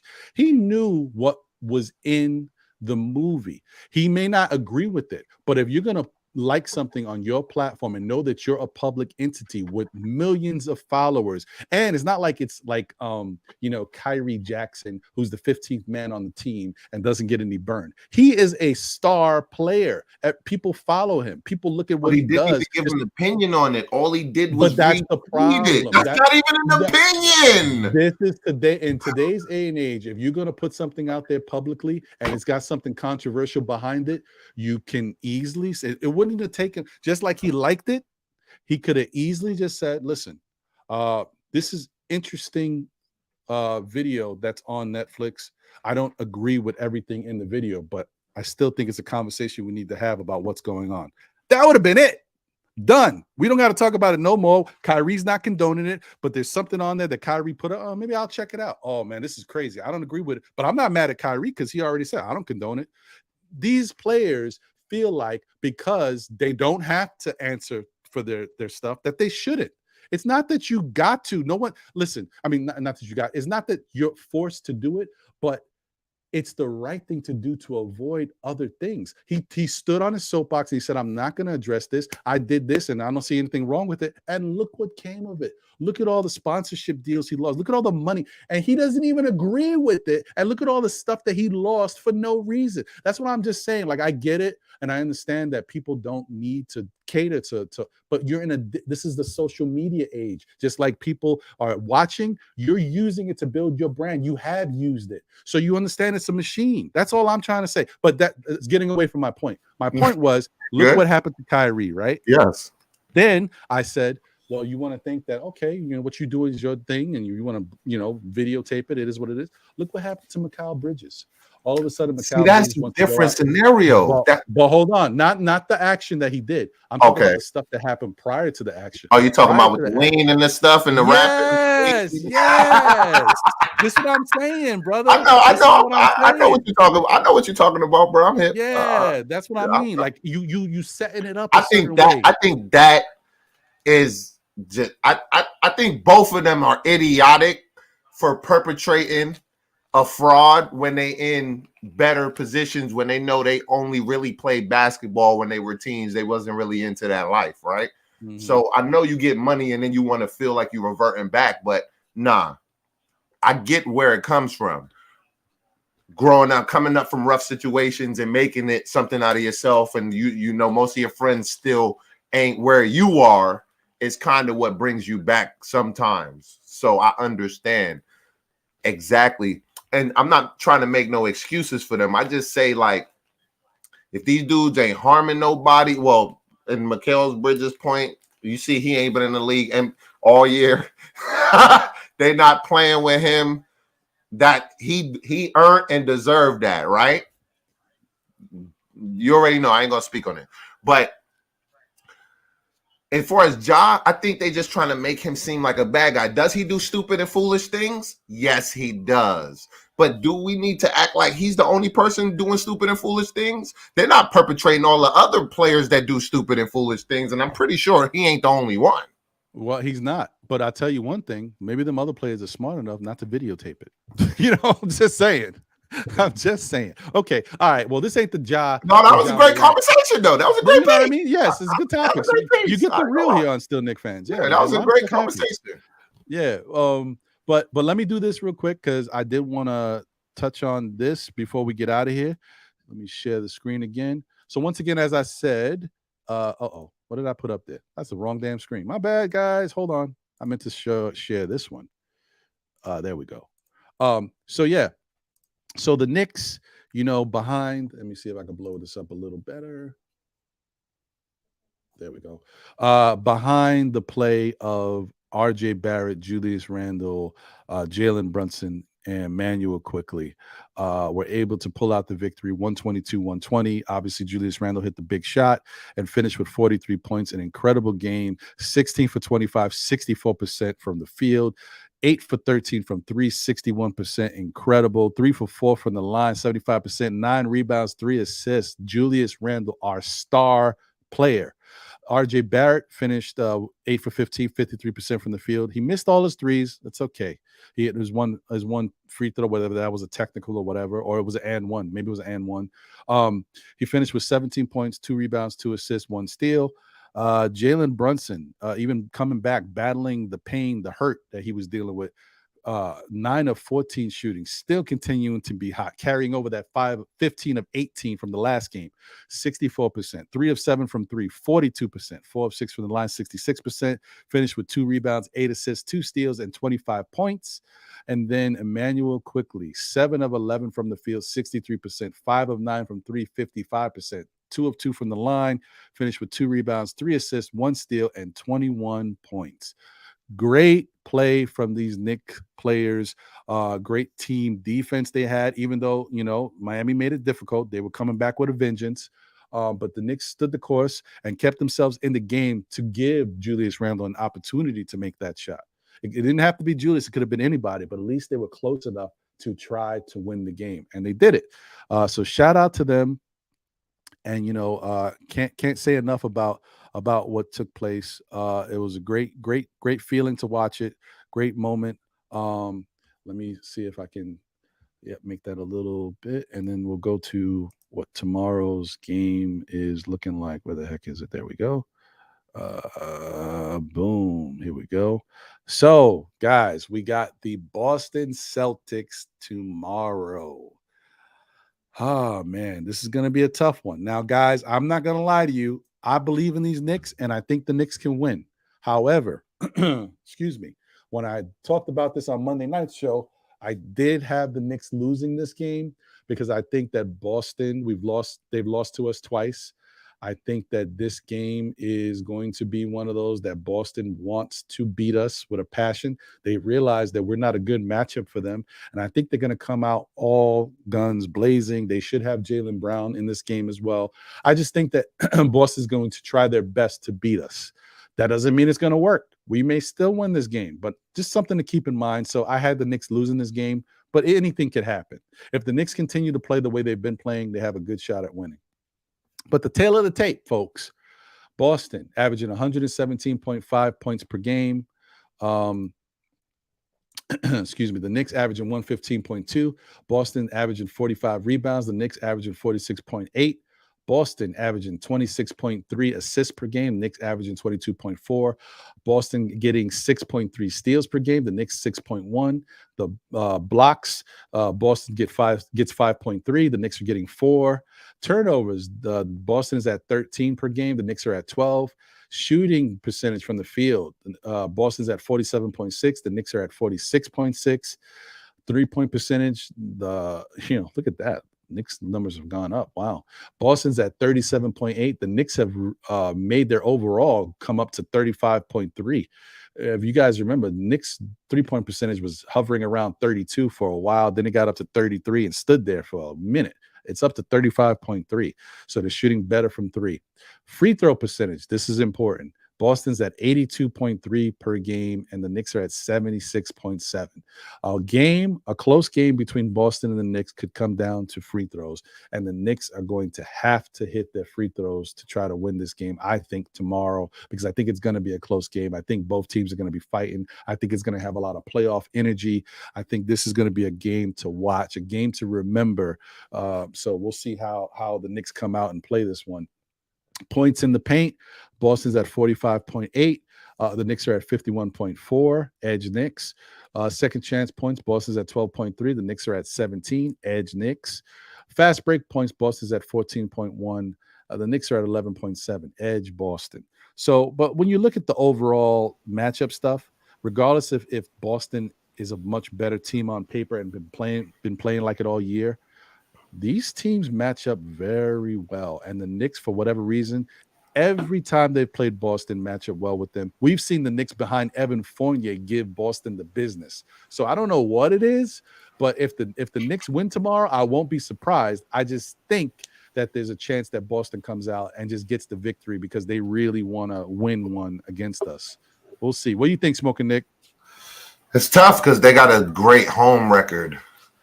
So what they like 25-8? They just lost to Brooklyn last night. You know what I mean? After having a great first quarter and then giving it up from the second quarter and the third quarter. I think they was outscored 70 to 40 when I looked at it. Yeah, you're right. Boston is 25-8 at home. Yeah. Yeah. I was paying attention. But so they're gonna definitely fight tomorrow, right? Tomorrow's gonna be a dog fight. It's gonna be it's going to be tough. You know what I mean? But I definitely think if we just keep bringing the same energy that we normally been bringing, that we stand a chance. We match up well against them, you feel me? And we fly around on defense enough to get people out of their normal rhythms. Mm-hmm. So I definitely think we have a good shot. Will we win? I think we will, right? I always think we're going to win. I'm always on the side of up. You feel me? I'm never looking down. I always look up. That's how you win. But even if we lose, it just depends on how we lose. If the game was close, if it was competitive, they're at home and they just lost to Brooklyn. So they're gonna be just like Miami. They had just lost, I think, 5 out of their last 6 games, and we just made them lose 6 out of the last 7. So things like that motivate teams to play a little bit harder, to be a little bit more focused and show you a little more. So I think it will be a dogfight. And is it a matinee or what time is the game? Shoot, I just did it move away? Where the hell did it go? Maybe it slid down. 7:30 p.m. So 4:30 Eastern my time. So yeah, that's a regular night game. And last night the game was supposed to be at 4:30, but they didn't start the game till 5:15. I don't know. Probably because it was a Friday night and it was an entertainment night. Got to get that bread. Could be, my brother. You're in line. to land my plane. I think we going to pull it out again.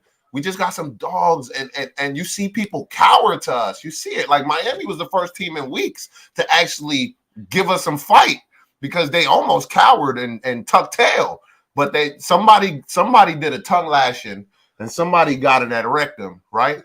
I think Pat Riley maybe at halftime went into the locker and said, yo, you hear these fans? I don't pay y'all for this. Facts. Fact. Like an old school Jimmy Johnson. If you don't get it, you get cut in the game. Right. And shout out to Will Salkin.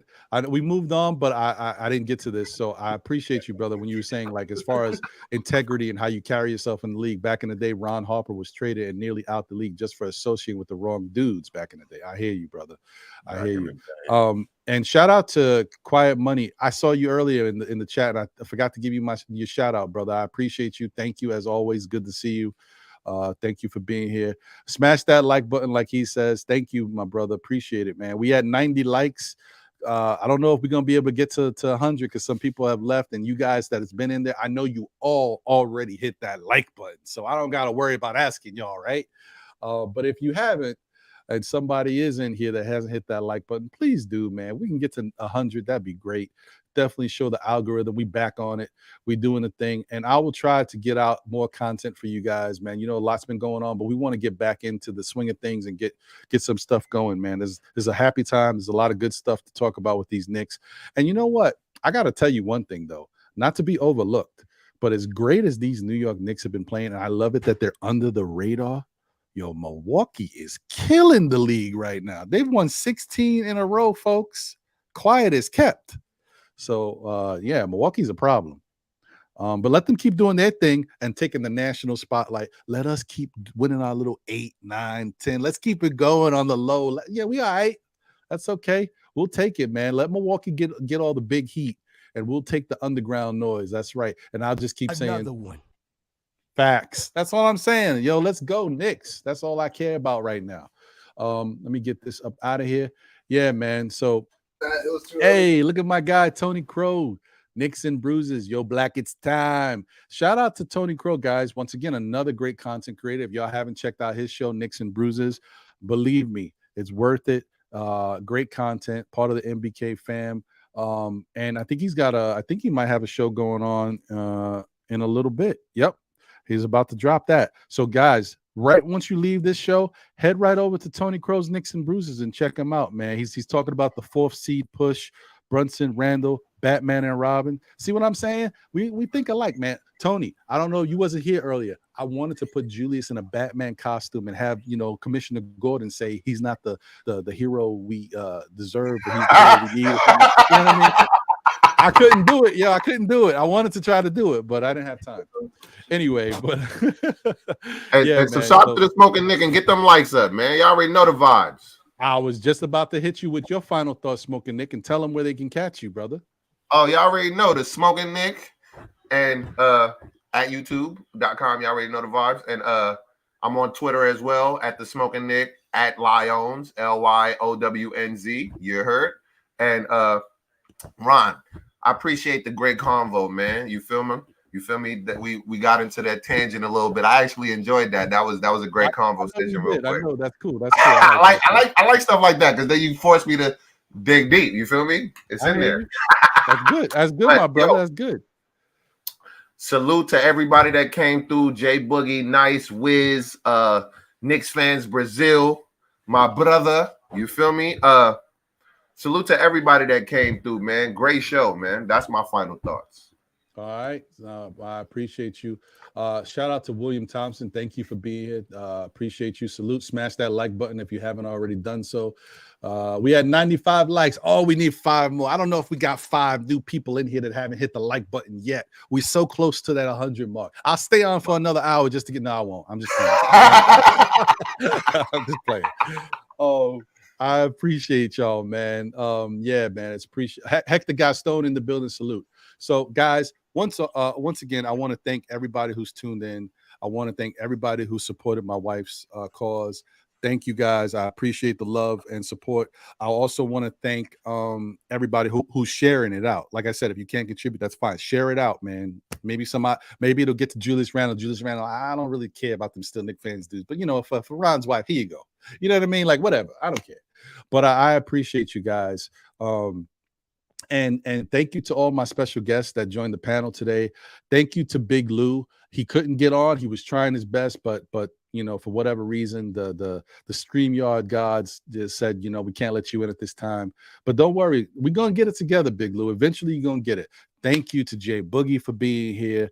Thank you to Knicks Fans Brazil, my guy Victor, for being here. Thank you to Nice for joining in. Thank you to G Money, Gideon Amankwa in the building for being here. Thank you. We can't forget Gideon. No, can't forget Gideon. Thank you for him being here.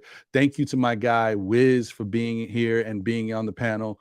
Appreciate y'all. And I think that's everybody. And last but not least, thank you to my guy right here, Smoking Nick, for joining me and chopping it up with me today. Another great conversation. And guys, you know, give yourselves a pat on the back in the chat. The chat was going crazy today. Y'all were fantastic.